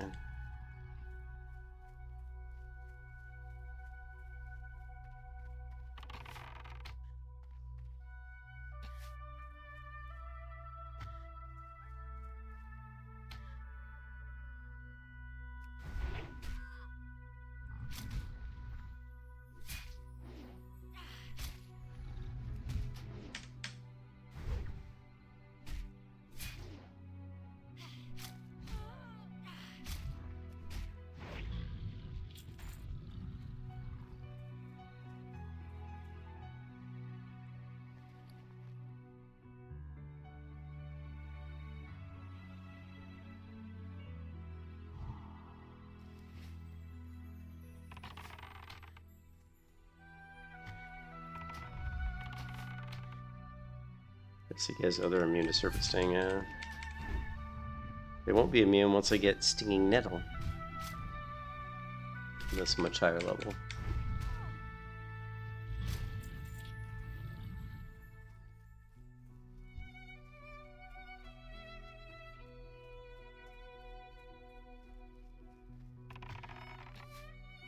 No. The Skelly Bros. No, I can't do the I can't do the horde, man. Sorry. If they had a cool elf looking horde race, you know, not blood elf. Yeah, if we had like a cool looking race on the horde side that was cool looking, I'd play horde.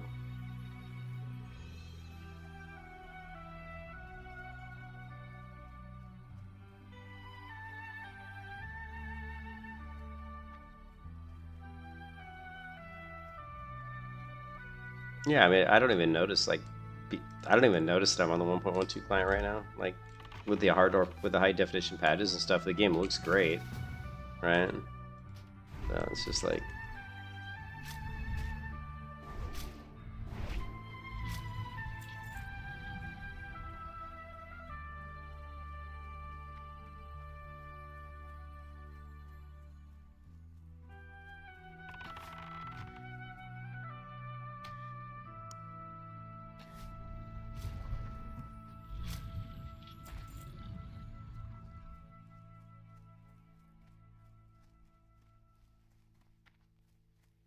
How may I help?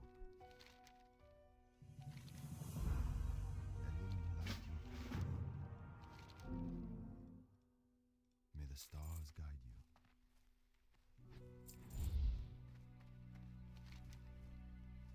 you. Now is where we're kind of at a spot where we're gonna have to either.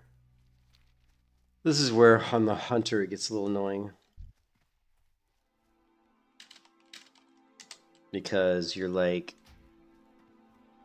we need to get to level 10 to start our pet quests, but we're only level 7. We're almost level 8. So we basically have to grind from like level 8 to 10 because there's really no quest that I can do safely as a hardcore character. So now we're just going to farm probably Night Sabers. Probably farm Night Sabers and... No, I haven't. No, I need it. Actually, she's gonna help me. If she helps me with the cave, we can do that.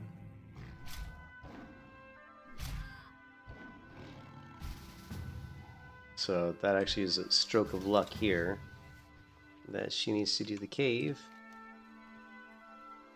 Which is this one. Lord Melanus, which actually he's a bitch solo. You definitely don't want to do that hardcore solo unless you want to get yourself killed. So, but with the rogue here, it should be a lot easier.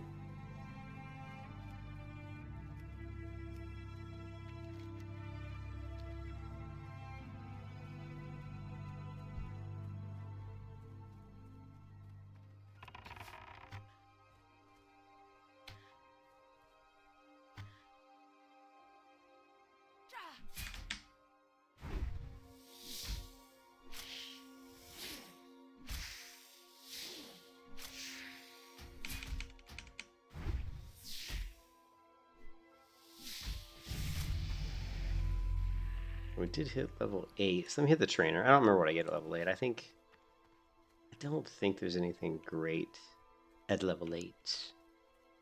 I'm a poet, and I didn't even know it. Let's take a look. What brings you here? No, parry's good. Oh no, we do get Raptor Strike rank 2. That's good.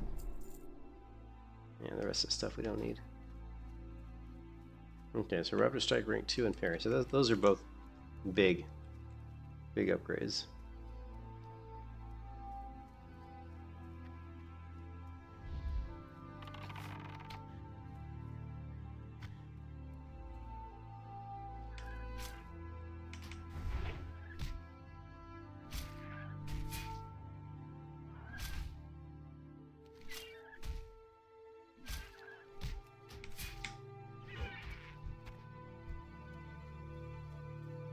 Oh, and we probably can pick up this other quest too, now that we're level 8.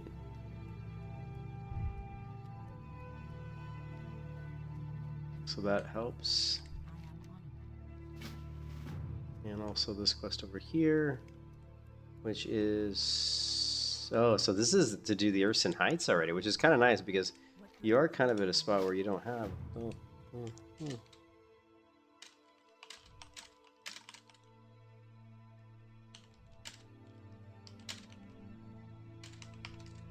So we might be able to do Urson Heights with this this rogue.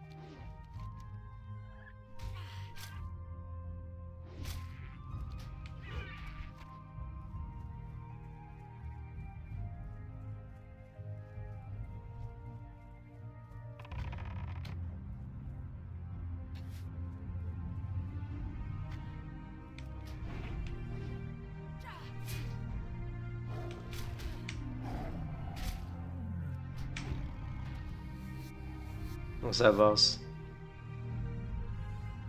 You crying? You crying because I didn't roll undead, or?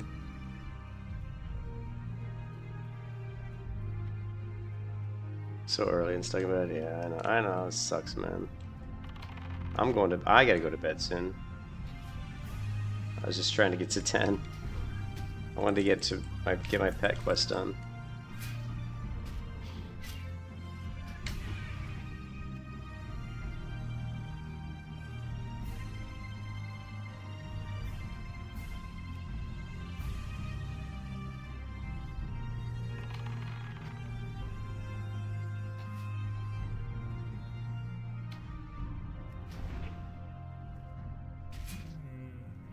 Yeah, that's fine, dude.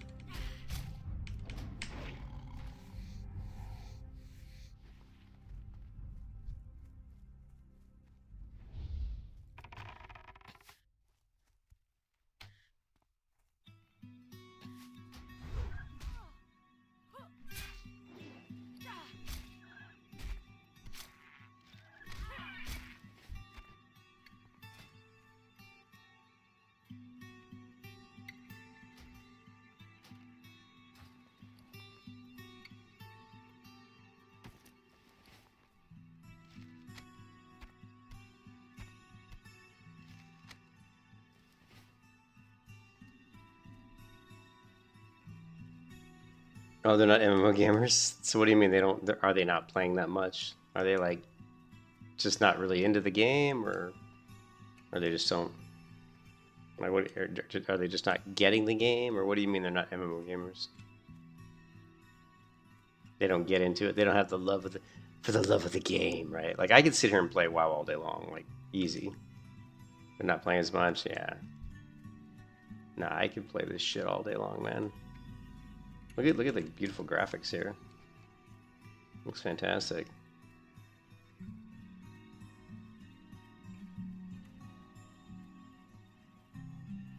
I mean, here's the thing. If an MMO came out today and it looked like this, I'd play it. You know, you could have released an MMO today, and if it looked like this, I'd play it. And that would, without even batting an eyelash. As long as the character controller was good, I'd be like, oh yeah, this is nice. I'll play this. It's funny, I didn't like World of Warcraft's graphics when I first played it back in 2004, because I came off of Lineage 2, which had at the time much nicer looking graphics. And of course, WoW didn't look that good. You look at what WoW looked like in 2004. You know, I mean, it looked like here, like.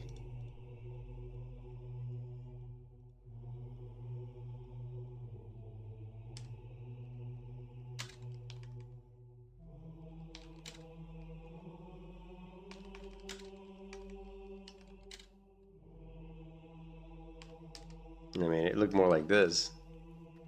You know, this is what WoW looked like, kind of. And probably didn't even look this good, to be honest. Right?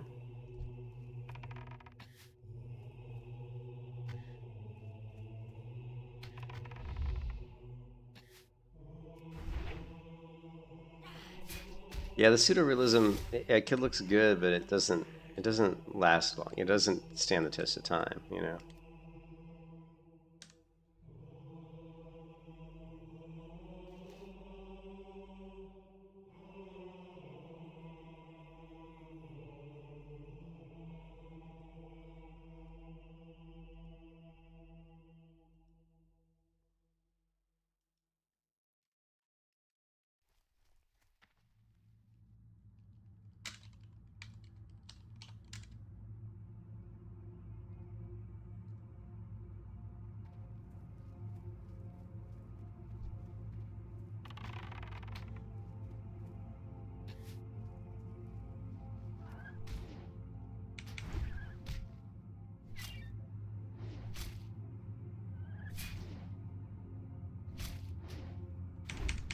I find the washed out look just too boring.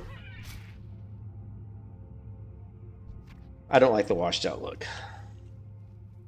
Well, the biggest problem with the default graphics in WoW is they're not sharp enough. They're very blurry, and that actually hurts my eyes. Like I like the more crisp images. Also, since I stream, it's a lot easier for people watching my stream to see like my character level or, you know, numbers. It's just easier to see stuff. Like the default Blizzard is, you know, default UIs, the graphics are so blurry. You know, that's probably the sharpness is the biggest difference. Yeah, you're weird, Balls. I don't want to play on a CRT, no thanks. Some flickering wavy screen, it's okay, I'll pass. Oh. I mean, this is a lot of people don't like how like saturated I make it. But that's just the way I like it.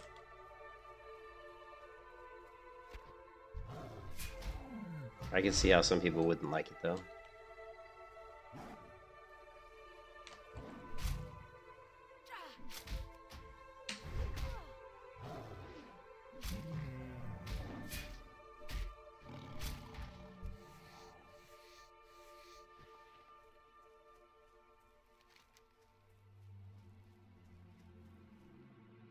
Ugh, my mouse is acting up.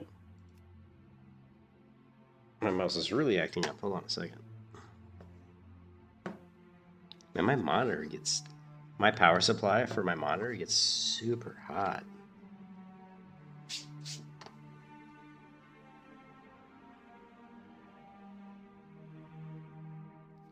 He's way over there. I wonder what he's doing way over there.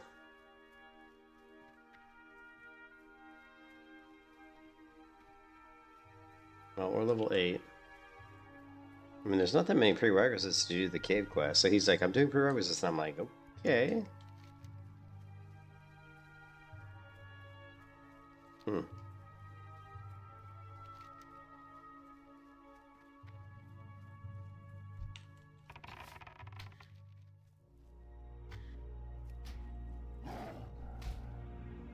My monitor? No, mine's an LG.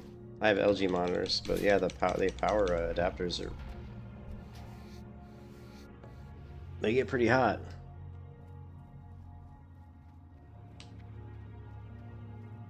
These monitors in general put out a ton of heat, which I don't like. My office can get really hot in the summer. If I'm running all my monitors, I got my laptop, my home computer, and then I've got my 2 LG monitors, and I got my work monitor as well. So I've got 3 LG monitors plus my laptop. If I have it all going at the same time, it can create a lot of heat in here, which sucks. They need to create monitors that they need to create better technology. You know, I mean, maybe the newer monitors aren't as hot. That's something I would actually honestly, next time I buy monitors, I actually would like to look at that as part of the buying process, like trying to get monitors that produce as little heat as possible.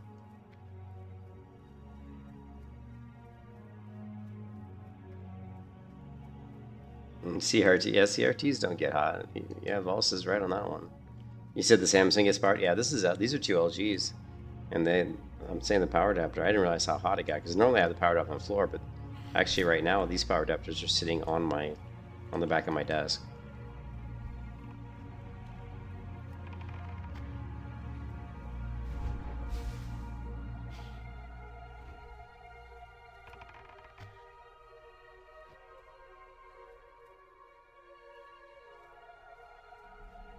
God, my mouse is just I'm really having trouble with my mouse right now. It's acting up. It's like sticking or something. I don't know. Let me check my mouse. Maybe there's something on the cord or something. You ever have that where your mouse just all of a sudden feels like it's like you're sliding across bubble gum? You know, it's just like it feels like it's sticking to the mouse pad. All right. I'm very anal about my mouse, about how my mouse feels.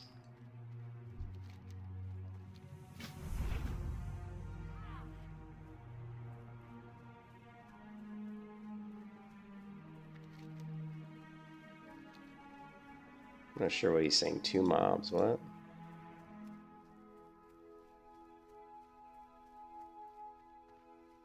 I don't know what he's talking about. I think you can solo 2 mobs. Okay.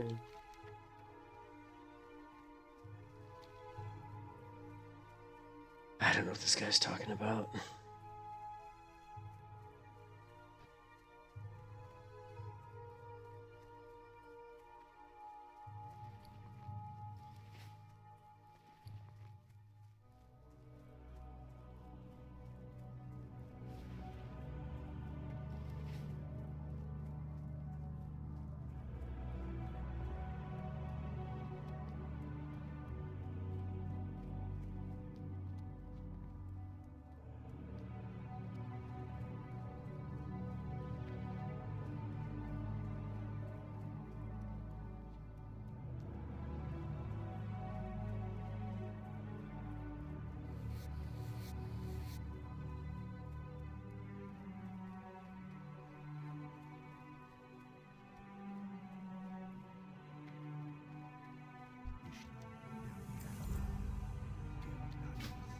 Retrieve the relics of awakening.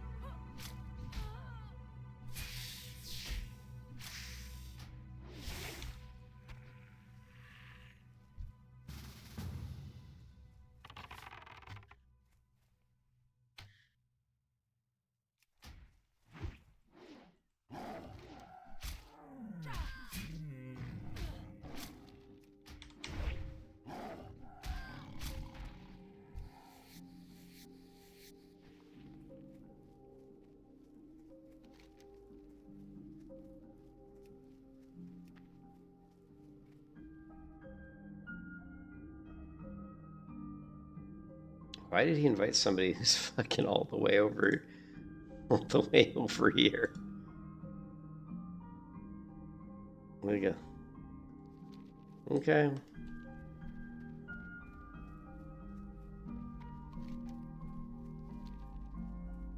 Come where? I don't think English is this guy's first language. Hunt come. Hunt come. Come hunter. That sounds kind of sexual, doesn't it? Crown of Earth. This guy's like...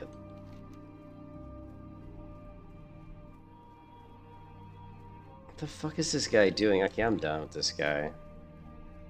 I'm done with this dude. I can't follow people. Like, if someone's doing some bizarre, like, leveling path, he's like, you have slow? You're fucking slow here. You're fucking slow, bitch. You're slow, bitch. Ignore. Because you have slow? But I don't think English is his primary language. But I hate it when that's why I don't play well with others. False, you know that. I can't stand like grouping with somebody if they are doing some weird path. Like, what are you doing? Like, I got a group with this guy because he asked me if I needed the cave quest. So he's down here doing these quests down at the lake. I figured the next thing he'd do was do the quest, but then he ran all the way to Starbreeze Village to do something, probably some quests, which again, the cave quest, there's no prerequisite for this. Once you get to Dolnar, you can go to the top of the tree and get this quest, like instantly, right? There's no prereq. He's like, I'm doing prerequisites. I'm like, why are you doing prerequisites? The cave quest is like, you can do it right now. And then so he runs all the way to Starbreeze Village. So I stay in group, and then all of a sudden he's running all the way towards Darnassus. I'm like what the fuck? Then he goes, hunt, come. And I'm like, come, what are you doing, dude? And I said, what are you doing? He's like, I'm doing Crown of Earth. I'm like, what the fuck are you doing Crown of Earth? I'm like, the whole purpose of you inviting me to the group was because you asked me if I had the cave quest. I'm just like, what the fuck, dude? Oh my god. This is why I don't raid too. I'm like, I don't play well with others.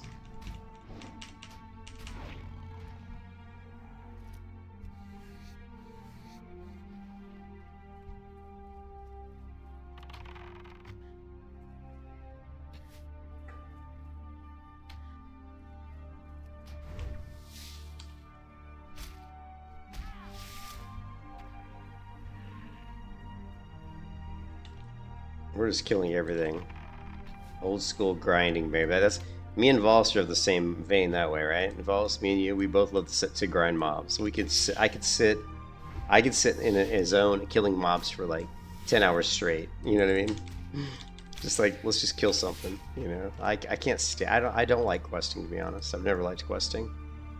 I mean, I don't mind questing if the quests are interesting, but let's face it, most of my quests are garbage. Most of them are garbage.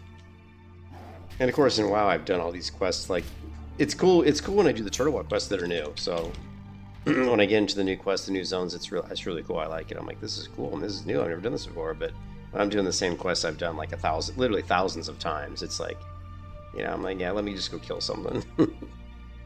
Grinding for hours and filling my bags up is much more satisfying. Yeah, for sure. Look at these flowers here. Look really cool. I'm more into like the world, the ambiance, I like the immersion. I like to get into an MMO and feel like I'm really immersed in the MMO. Like the world has character and the NPCs are interesting to talk to. And that's something that WoW has a great world, but the NPCs are boring. You know. At least to me they are. I don't find a lot of their dialogue to be very interesting. Yeah, exactly. Just put some chill music on, kill some mobs, I'm happy, you know.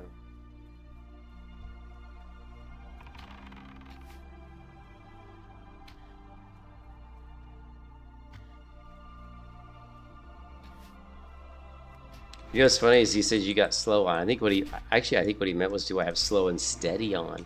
I think that's probably what he meant. I don't think he was saying I was slow, although he might have been. He probably was asking me if I have slow and steady on, and I got all bitchy and was like, bitch, you call me slow? Like, bitch, I'll show you slow.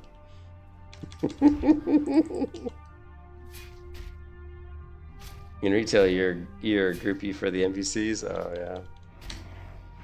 Well, at least in retail, wow, at retail the NPCs do have more interesting dialogue, though. You know, like the stories and stuff in retail are much better than vanilla. You know.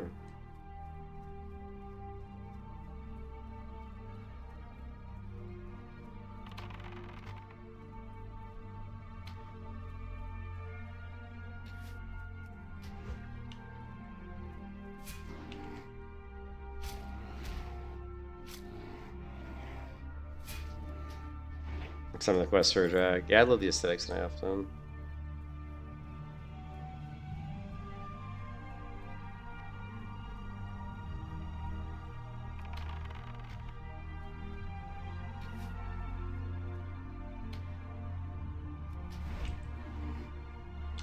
Here's this creeper creeping on me now. This, like, Stillone, or whatever the fuck his name is. Creeping on me. See him creeping on me? He came up and was like looking at me. I'm like, don't creep on me, bitch.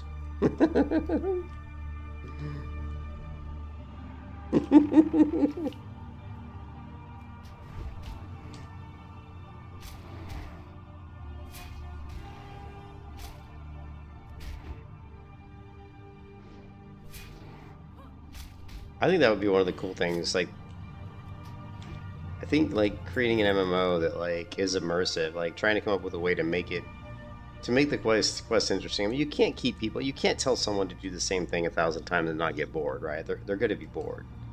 So, you know, no matter how good your quests are, no matter how good your game is, if someone does the same thing over and over again, they're going to get bored with it.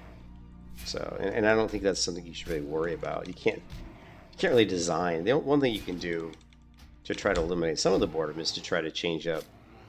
You know, try to make the quest more dynamic. You know, make it so that certain quests that exist in the game don't always spawn at the same place, don't always start at the same place. Maybe the requirements for completing those quests are based on some level of randomness. You know, so like you might pick up a quest to kill these Gnarlpine here, but then maybe the next time you play through it, this quest doesn't exist, or maybe it's a different quest, or maybe you have to kill the Gnarlpine, but the Gnarlpine aren't in this location; they're in a different location.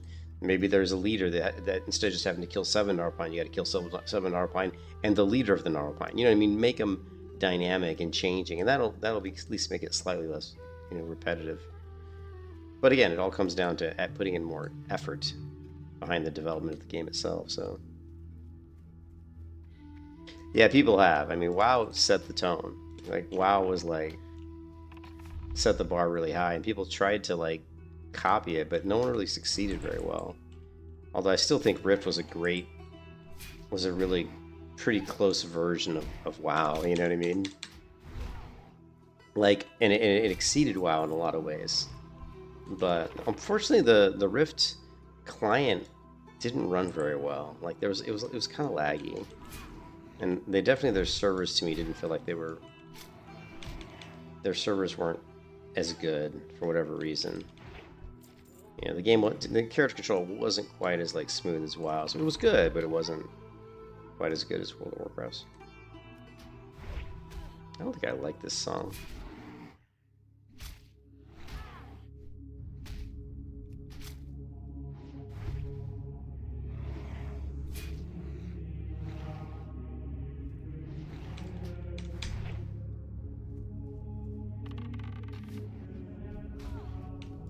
Shit.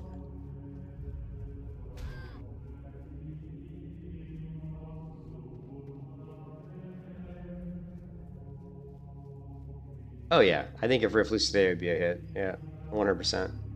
If Rift was released today and it had never released before, I do think it would be 100% would be a hit. I totally agree with you. If it was like, if it had never released before and no one had ever heard of Rift and it was brand new, and they released it as it was on launch today, I think it would have been a big hit. And yeah, that was part of the problem, is the people that ran it weren't, you know, they weren't the best people, you know. But yeah, it was. If you released, you know, and there's a lot of MMOs like that. If you release Terra today as it was on launch day, if you released, and this would 100% be a hit, like without a doubt, would be a hit. If you released Terra today, as it was on launch day, before they nerfed the content, before they fucked it up, right? then it 100% would be, it would be as, there's so many people that want to play the original Terra. Like there's a lot of people out there. It's like there's a big audience for that. I'm one of those people. Like if you released a vanilla Terra today, I would 100% play it.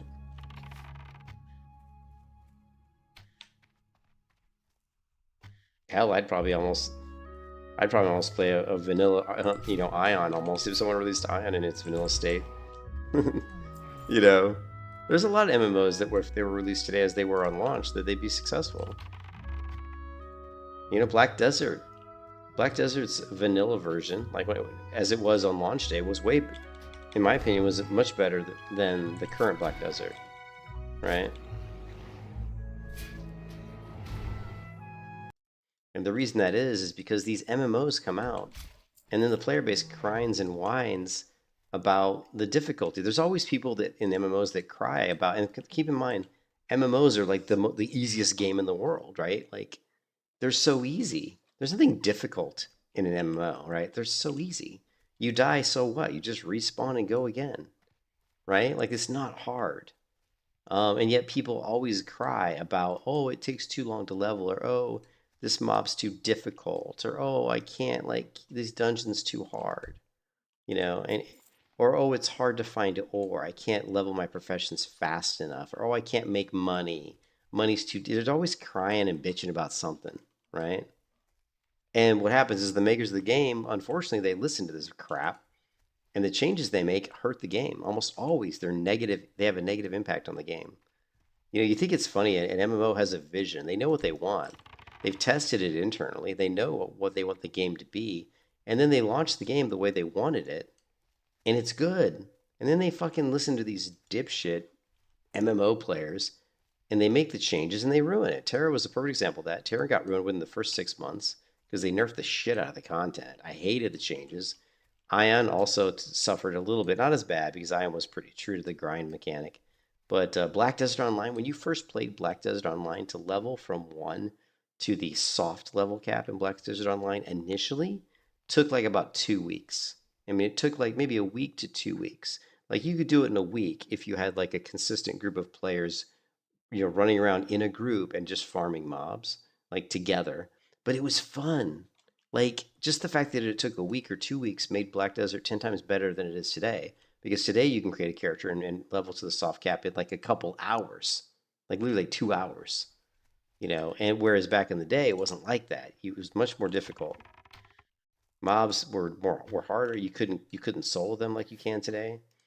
There was other stuff like at nighttime the game was way dark. Like it was so dark you had to equip like a lantern just so you could see shit. Like it was kind of like Dragon's Dogma where you'd have to equip like a lantern just so you could see. And mobs at night were much more difficult than they were during the day. I don't. That may still be in the game. I'm not sure. But Black Desert was a much better game on launch than it is today. The horse taming and the way horses were bred were way better in vanilla version than they are today. You know, I agree with that, Bus. I 100% agree. Streamer culture has had a very negative impact on games. Yeah. Yeah, the problem is the major manufacturers unfortunately realize that big streamers, people who are big, you know, like an Asmongold or, you know, some of these people that demand a pretty large audience, they have such a huge impact on the success of a game.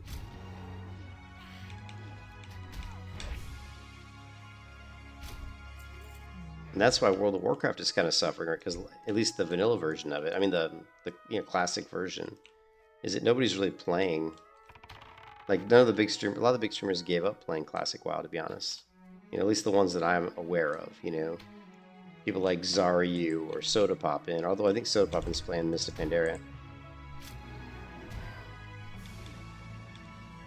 A lot of the streamers, when they stop playing the servers, the populations drop, and they drop a lot, right?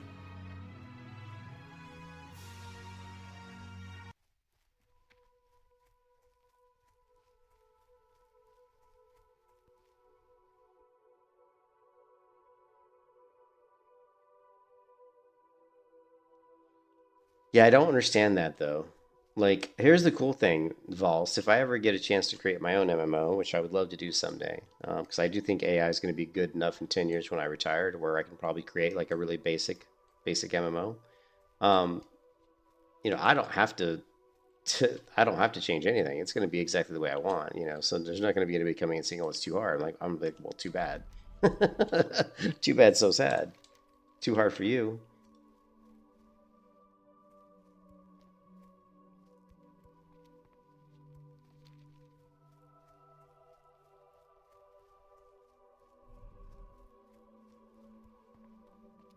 Yeah, well, but I mean, Terra, like the thing is, Terra was the big one for me. Terra, like, was, I think, one of the best, if not the best MMOs I ever played, like on launch, because the combat was so good. Like the dungeons and stuff were actually challenging. Even at low level, the dungeons were like you would wipe like all the time. Like you'd go into dungeons at like level 15 or 20, and you'd wipe like 5 times on just a regular dungeon.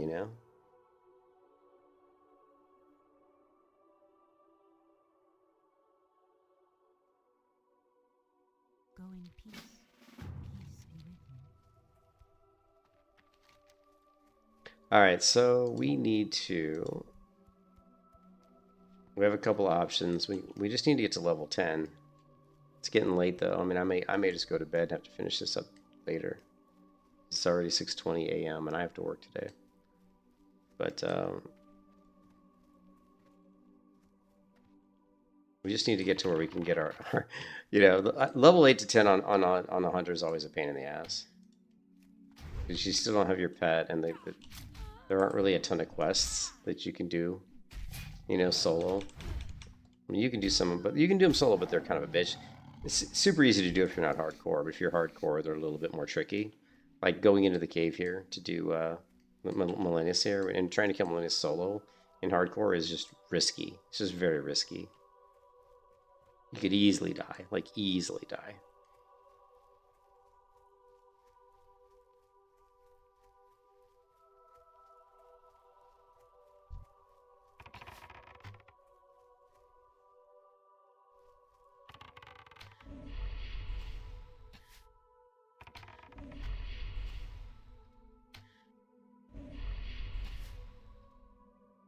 Well, You what can happened? kiss your ass goodbye. Let's say, look, there's this one mob took off like half my health.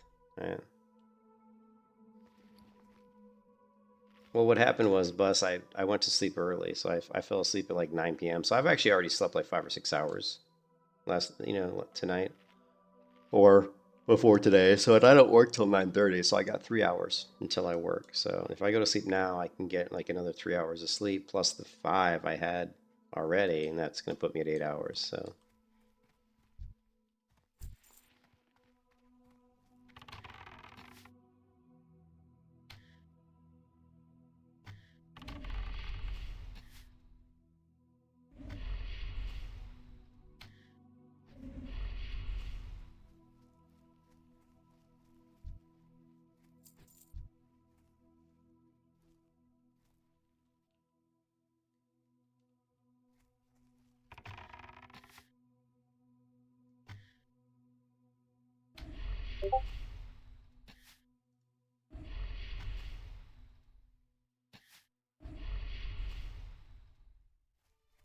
Our next patch, Nightmares of Ursula, has entered development. Ooh. Oh, I see that there's an X post so they're trying to keep people excited about their game. Our next patch, Nightmares of Ursula, has entered development. That's awesome. Yeah, that's cool. Yeah, I mean, they're not sitting on their laurels, right? They're still developing stuff.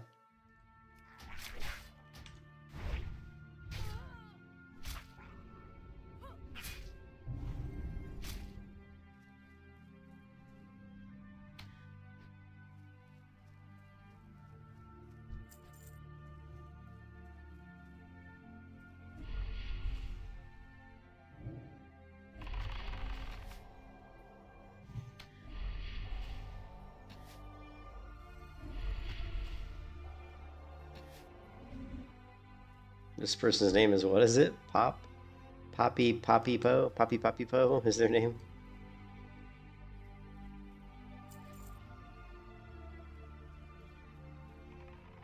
Maybe I can get a group with this person. Invite. Nice.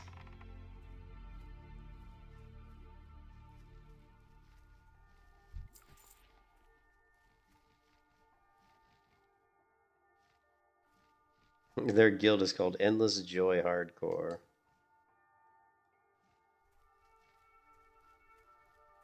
They seem a little bit lost though. I'm not sure what they're doing. Come on this way, girl. Let's go kill Malinus. It's gonna be this way. There you go. Bring that hunter this way. Human hunter, no less.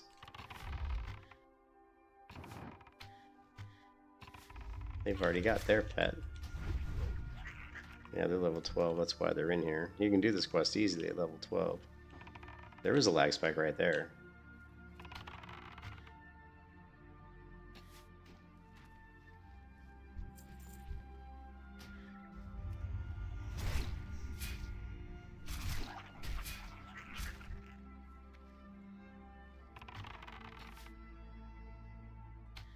Join hardcore heroes. Nah, that's okay.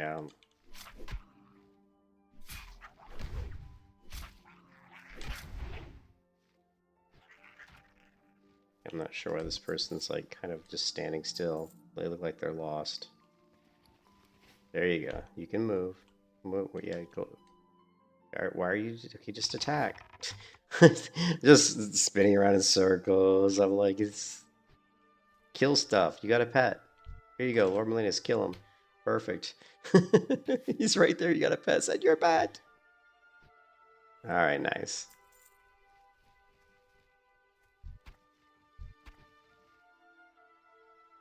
Okay, she jumped down without dismissing her pet, so her pet's gonna fly all the way around and aggro the whole place. Hopefully not, right? No, there's her pet. This hunter's a little bit wild. A little reckless. Well, she helped me complete the quest, so that's good. You don't need to zoom out. Why would you want to zoom out? No, you don't want to zoom out. You should stay zoomed in. Thank you. Yeah, I can't zoom out. That just ruins immersion too, right? A lot of times I'll zoom in even this close, right?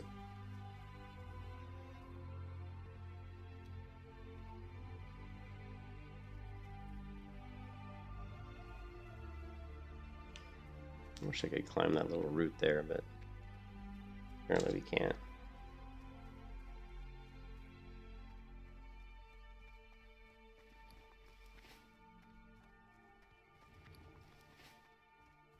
Ishnu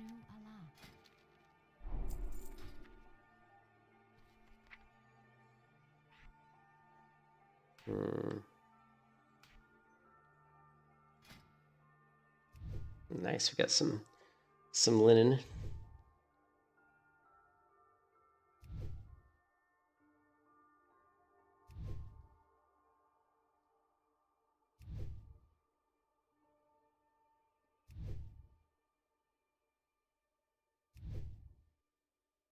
No, I'm just going to join my guild. I just have to get somebody online who can actually invite me into the guild. My guild's so tiny. There's just like 6 people in it. And I think only about 2 of them are even active besides me. But yeah, I just want to get invited into my guild. If Vols could ever play, he could create a character on the Alliance side just to get in my guild.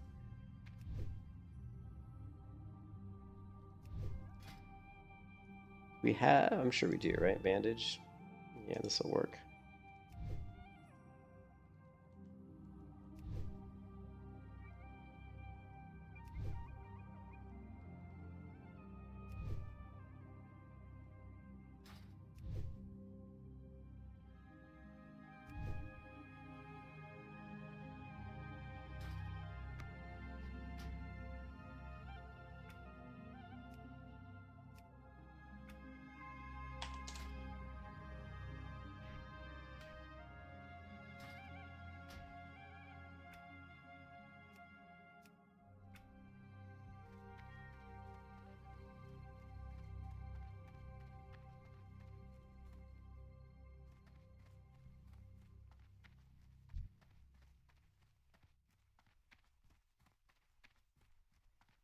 Hey, what's up, Snow? Yeah, I'm going to bed. I'm getting off here pretty quick, Snow, because it is 6:30 in the morning and I need to go to work. So,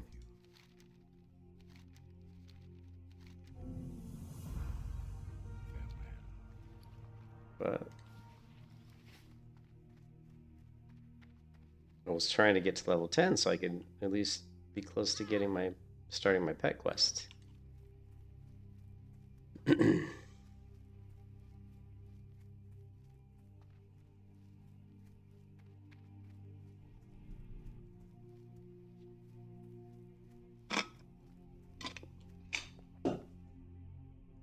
I'm getting hungry.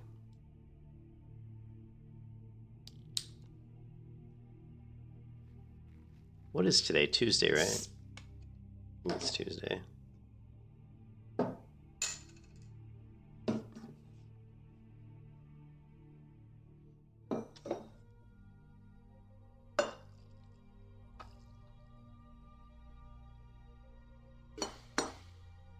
Pour a little Mexican Coca-Cola into my Yeti cup here.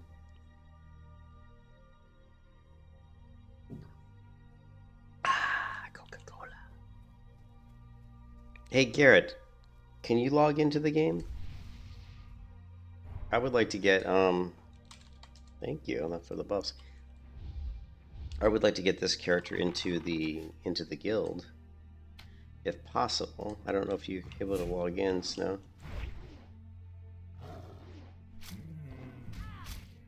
I did not. I saw. I did not. I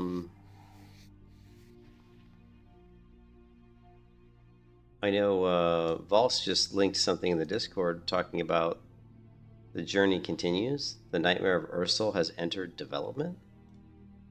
Let me go announcements. Let me go to Turtle WoW announcements. Yeah, you can see it here on their announcements. Like, the journey continues. Our next patch, Nightmares of Ursel, has entered development. So that's awesome. That they're already working on their next patch. Oh, is that what you were talking about? Yeah, so that's cool.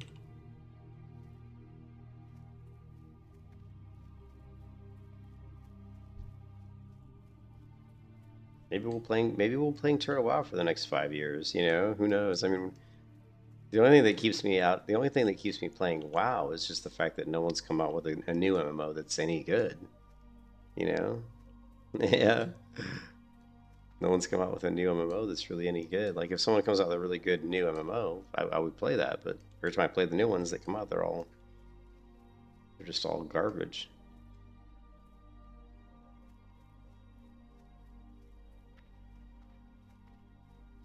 Hi, Vitusin. Vitusin, this is, yeah, the Hardcore Hunter.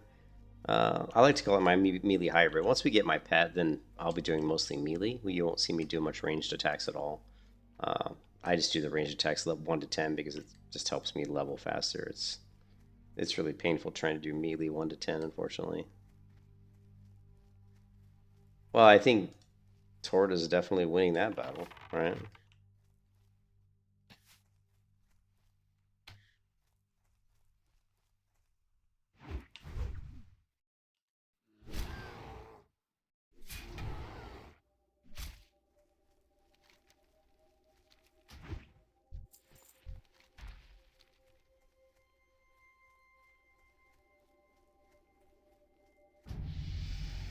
Well, Friends of the Shire, thank you.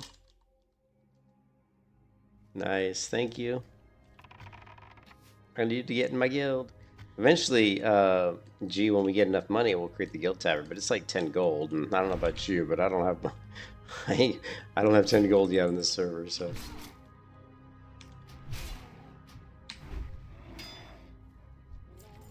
yeah, your character has rights to guild invite. I made sure of that. So.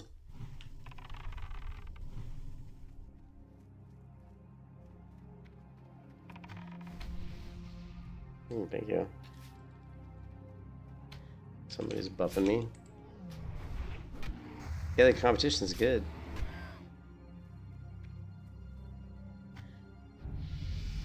Ooh, level 9. Just one more level to go, and then we can do our pet quests. And then things become much easier.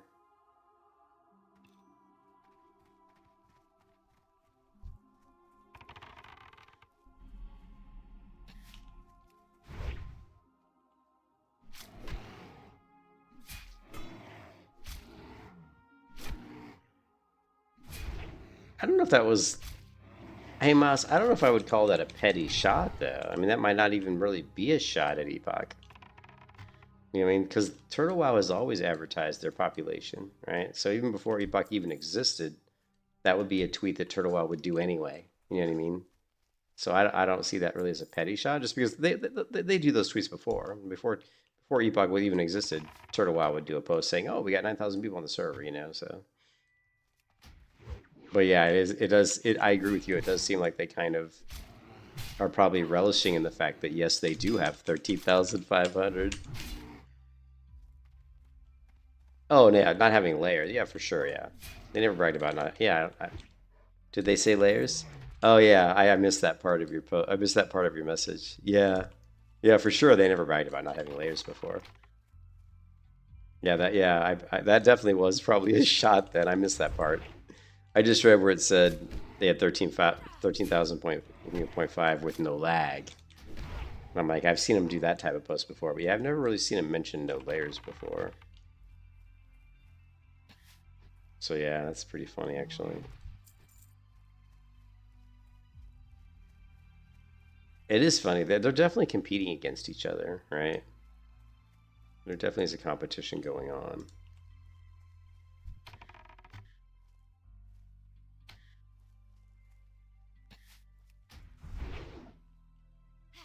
But I've never really liked Ascension. I've never been a fan of Ascension because I don't like the product they put out. Their products are just kind of garbage. They're like retail. They're like retail. They're like the bastardization of a retail client. You know, retail is just garbage. I mean, I played Ascension and I had fun, and it's one of those things. It's fun when you play it for like a month, but that's about it. Because you create these characters that are like way over the top powerful, and it just doesn't feel like vanilla. You know what I mean?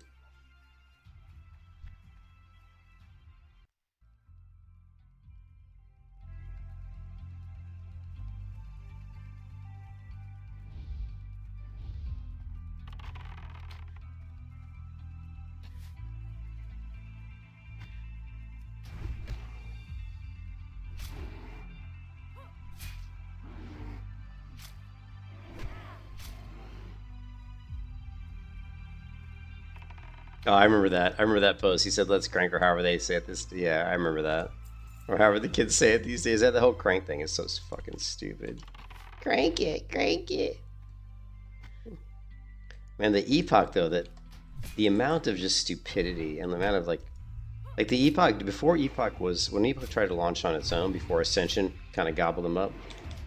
Their Discord server was one of the most pathetic Discord servers I've ever seen. It was so bad. It was like you would never go to their Discord server and try to talk. I mean, what's the point? It was ridiculous.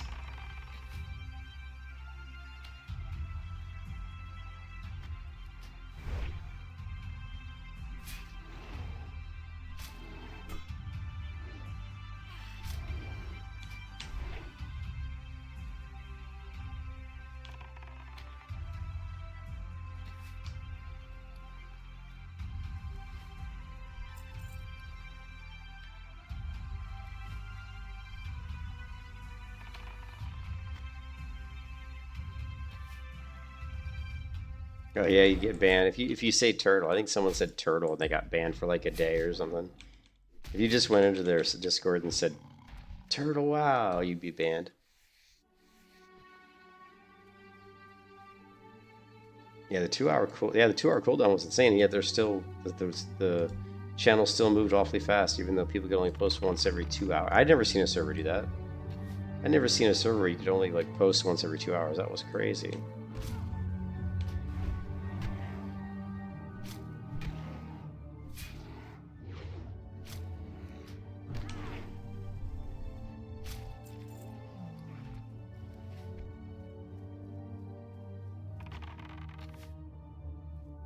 Well, they should ban for that because the pregnant man emoji is just gayer than gay. It's so stupid.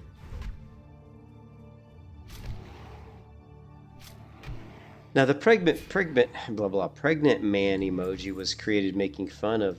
Was that making fun of Epoch when they were saying like half our team or most of our team is queer? Remember that one post by the moderator saying most of our team is queer? Remember that post?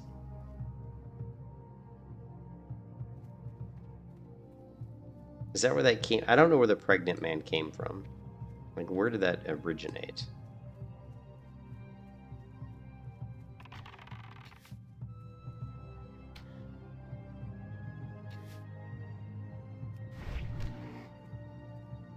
It's just an it's just an official Discord emoji.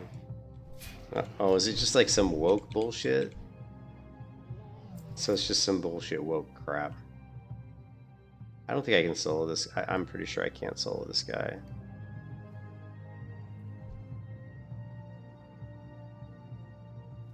Yeah. I'm not gonna try to solo that guy.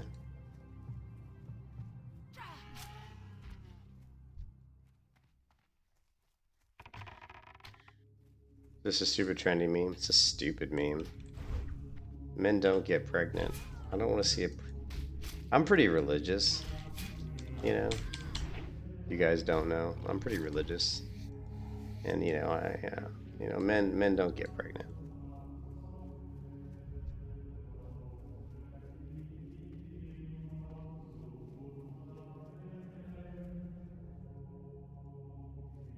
Maybe this person's hardcore. Let's see. Are they who they are?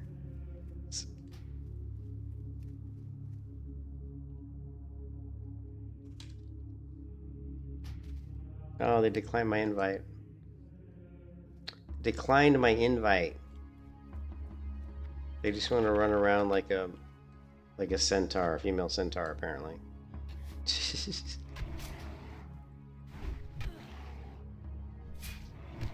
Is that what it was?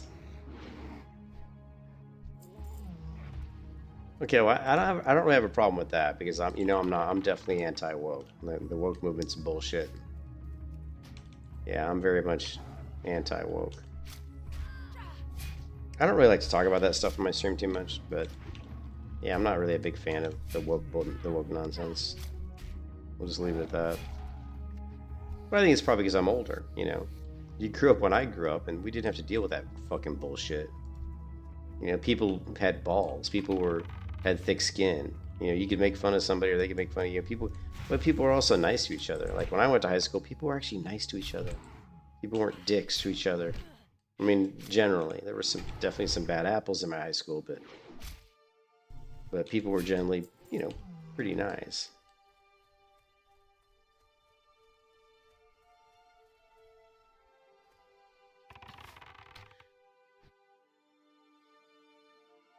Yeah. Oh yeah. Like saying that you're gay. It was just you didn't mean you're gay in like a really bad way.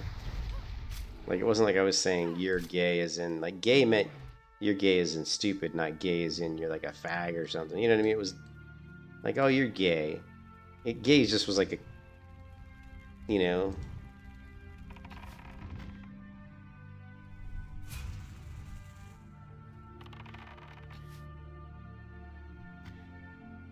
You know, like you could say, "Oh man, you're so gay." That would be a very common phrase to say, you know. When I was in high school.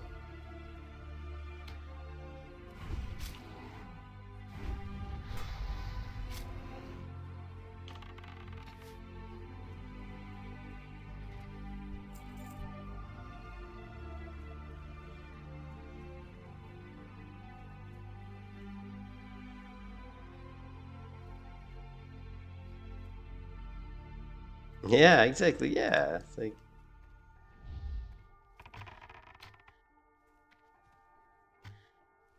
Well, the stupid stuff like Aunt Jemima, like you know, syrup, like how they had to like rename it or take the black female character off the bottle, because apparently it was racist. But the people who are behind it, like, are like they want it put back the way it was, you know. Because she was kind of like an idol, you know. She wasn't like, it wasn't viewed, you know. Then stupid stuff like the Washington Redskins couldn't be the Redskins anymore. Or apparently, like you can't I don't know if I can kill this guy, so... We do have a healing potion, though. I think... Oh, okay, we're good. Like you can't Indians, like, apparently you can't Indian sit anymore. Like, in school, they don't call it Indian, like, sitting Indian style, because apparently that's racist. You know, to say that, oh, Indians sit cross-legged, and they have a name for it called Indian style. Apparently that's, like, somehow, like, which is, like, the dumbest shit, right? It's, like, so fucking stupid. Where is this? How come I don't see it? I did loot it, right? Did they change? Maybe they changed it. Yeah, they must have changed it. That you don't loot the gym anymore, I guess. Yeah, Washington Whiteskins. Oh no, I didn't see that. Really? They took the white guy off the Cracker Barrel logo? Oh my god. It's just nonsense. It's absolute nonsense.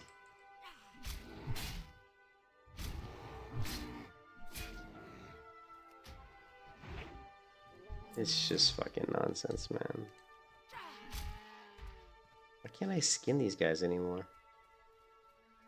It's weird.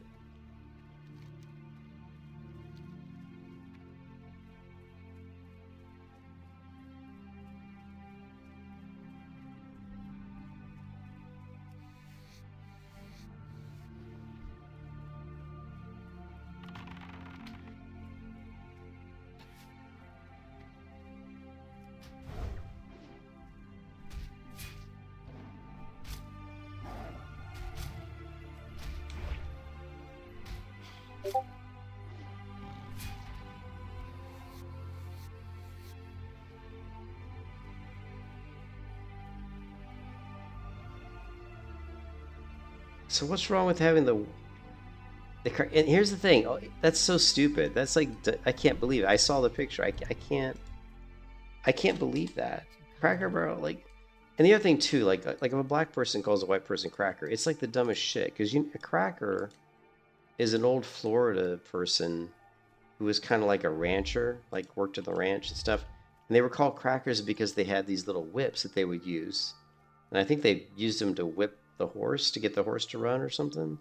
So there's nothing derogatory about calling someone a cracker. It's not even a derogatory term. You know, it's like the dumbest shit. Yeah, like, what's up, Sam? Like, if you go to, like, Florida cracker, it's like the meaning, right?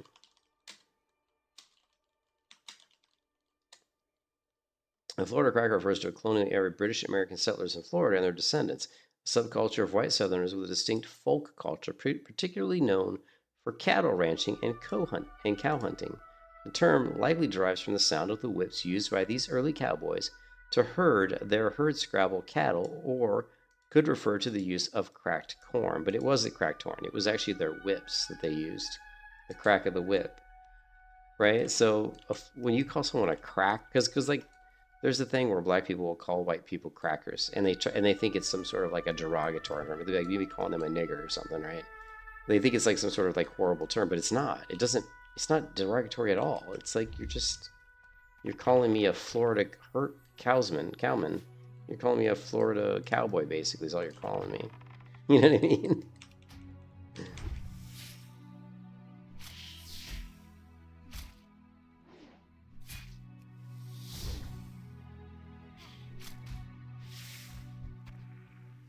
Yeah, but what we're saying is back in the day, right? Sammy, back in the day, you could jokingly call people stuff and it wasn't a big deal.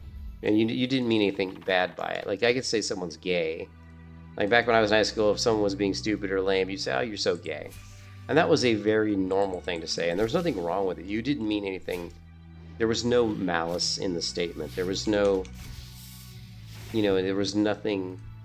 It was between friends. You certainly didn't mean anything mean about it. You know what I mean? You weren't trying to be mean or cruel, and so it's just. But today, everybody's like so worried that they're gonna fucking offend somebody. Yeah.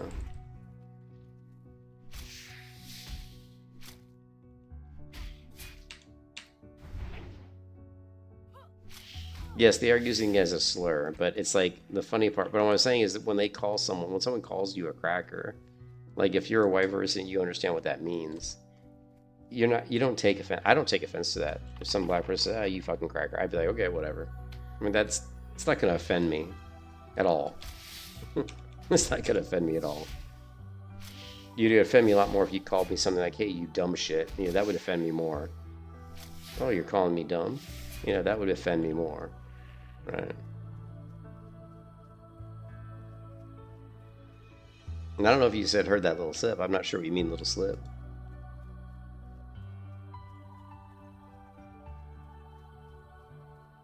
So, but yeah, the world we live in today is crap. It's garbage. If I could go back to the 80s, if somebody could say right now you can go back to 1980 and live in the 80s again, I would. Boy, I'd be gone, man. And say you internet's gone, right? Take the video game. You know, I'd go back, dude, in a heartbeat to the 80s and be like, let me out of this bullshit world we live in right now, because it's garbage. The world we live in today is so pathetic.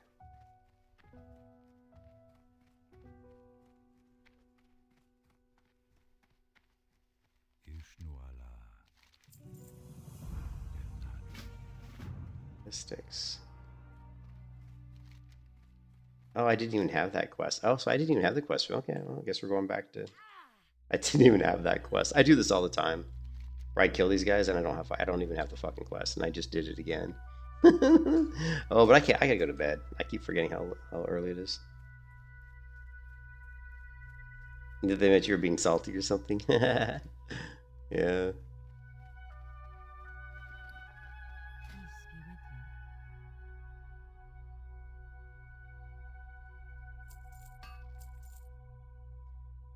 All right.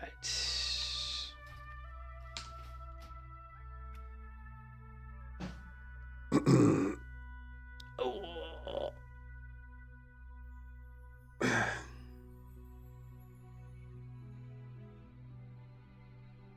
Oh yeah, I don't. I'm glad.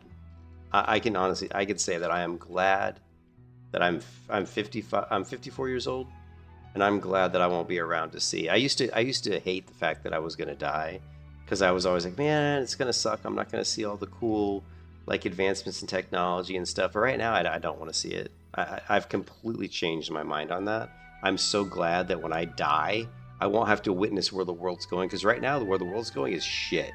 It's going to shit. That's where it's going. So I'm very happy that I won't be around to see it. So.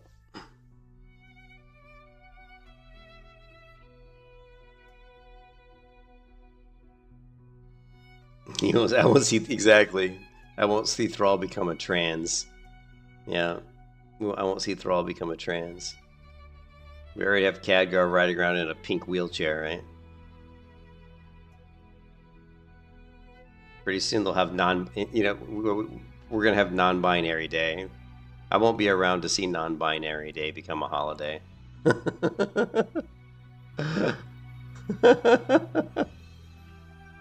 Woke day. People your age don't even date. How old are you, Miles?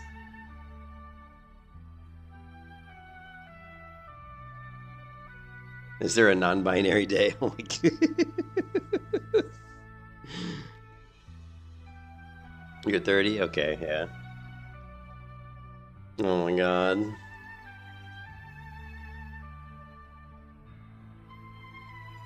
Oh, I'm hungry. Maybe I'll make some eggs. I need to... Valst, I need to get back... and I need to get on my diet, man. I need to get onto my... I needed to get my ketogenic diet going. We need to look up some... Dr. DeBerg. Did you see his latest video on avocados? Oh my God. It was a couple weeks ago, but...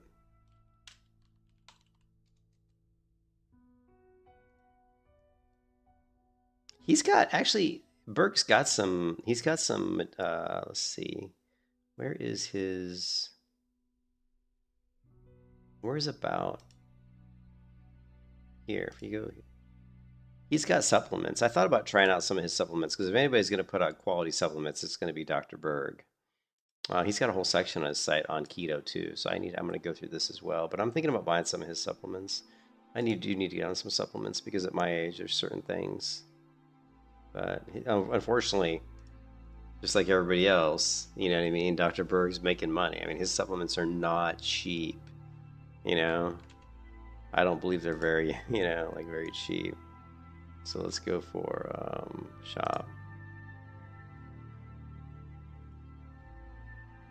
Like here, magnesium glycinate, this is something I need at my age. Actually, that's not too bad. I mean, still, but 20 bucks. But yeah, it's not cheap though. That's not bad though. I've seen a lot worse prices. This is another thing. I would like to get the magnesium glycinate and the D3K2. I'm always low on D3. The peptides are good. The magnesium's good. I mean, it's really good for your colon and your. I don't need the probiotic. The B plus I need. I'm always low on B plus too. See, but so I would get the B. I would get this. So I would say probably would spend about $100 a month on the supplements. Probably would be to get what I want. You know, you're teaching your girls to be real, and my main mission is to make sure they tolerate with endurance all the med. Yeah, that's good, Milan. That's good. Yeah, the Wokology Church. You know. Yeah, that you have also. I'm hesitant to buy Dr. Berg's. I like Dr. Berg though. He seems like he's. I've always liked his YouTube channel, so I feel like if I'm gonna get supplements, I feel like maybe I can. His would be decent, you know. Yeah. Yeah, the vitamin D and the K2 plus magnesium. Yeah, those pills I need. Yes, yeah, I need those too. I need those. Those are stuff I need to take. So. You know, krill oil. There's a few other things, you know, take my daily shot of, you know, olive oil, stuff like that. But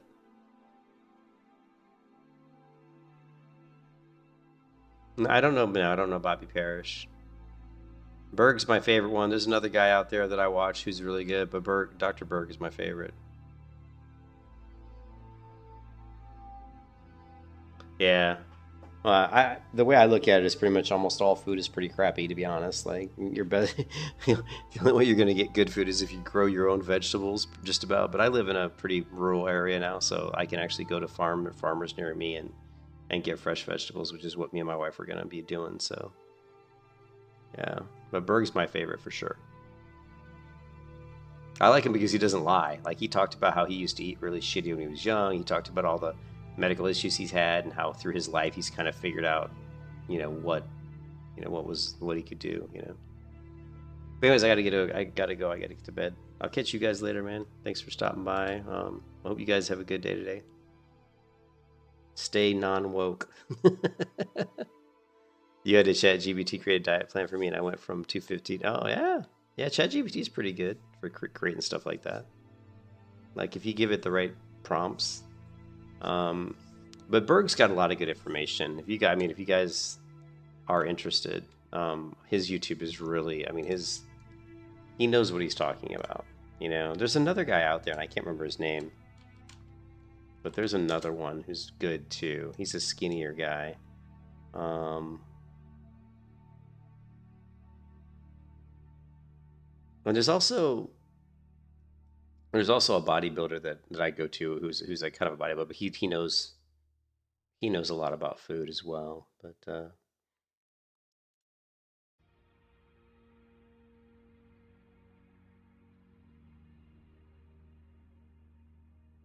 yeah, this one here, The Ugly Truth About Avocados. I didn't know this. This video was pretty interesting about how they do the stuff they do to avocados that you buy in the grocery store. Basically, anything you buy in a grocery store is pretty much going to be bad. It's not going to be very healthy. There's certain things you can get. Obviously, the store are decent, but it's tough. It is tough. There's also another guy that I like a lot. We'll see if I can find him. I have way too many subscriptions. I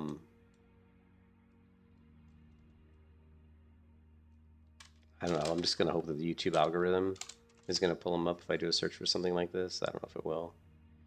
The problem with YouTube is I have too many subs. So if I want to find somebody, because I don't always remember the names of the people that I'm subbed to, and it's hard if I go like into here. Actually, it's this guy.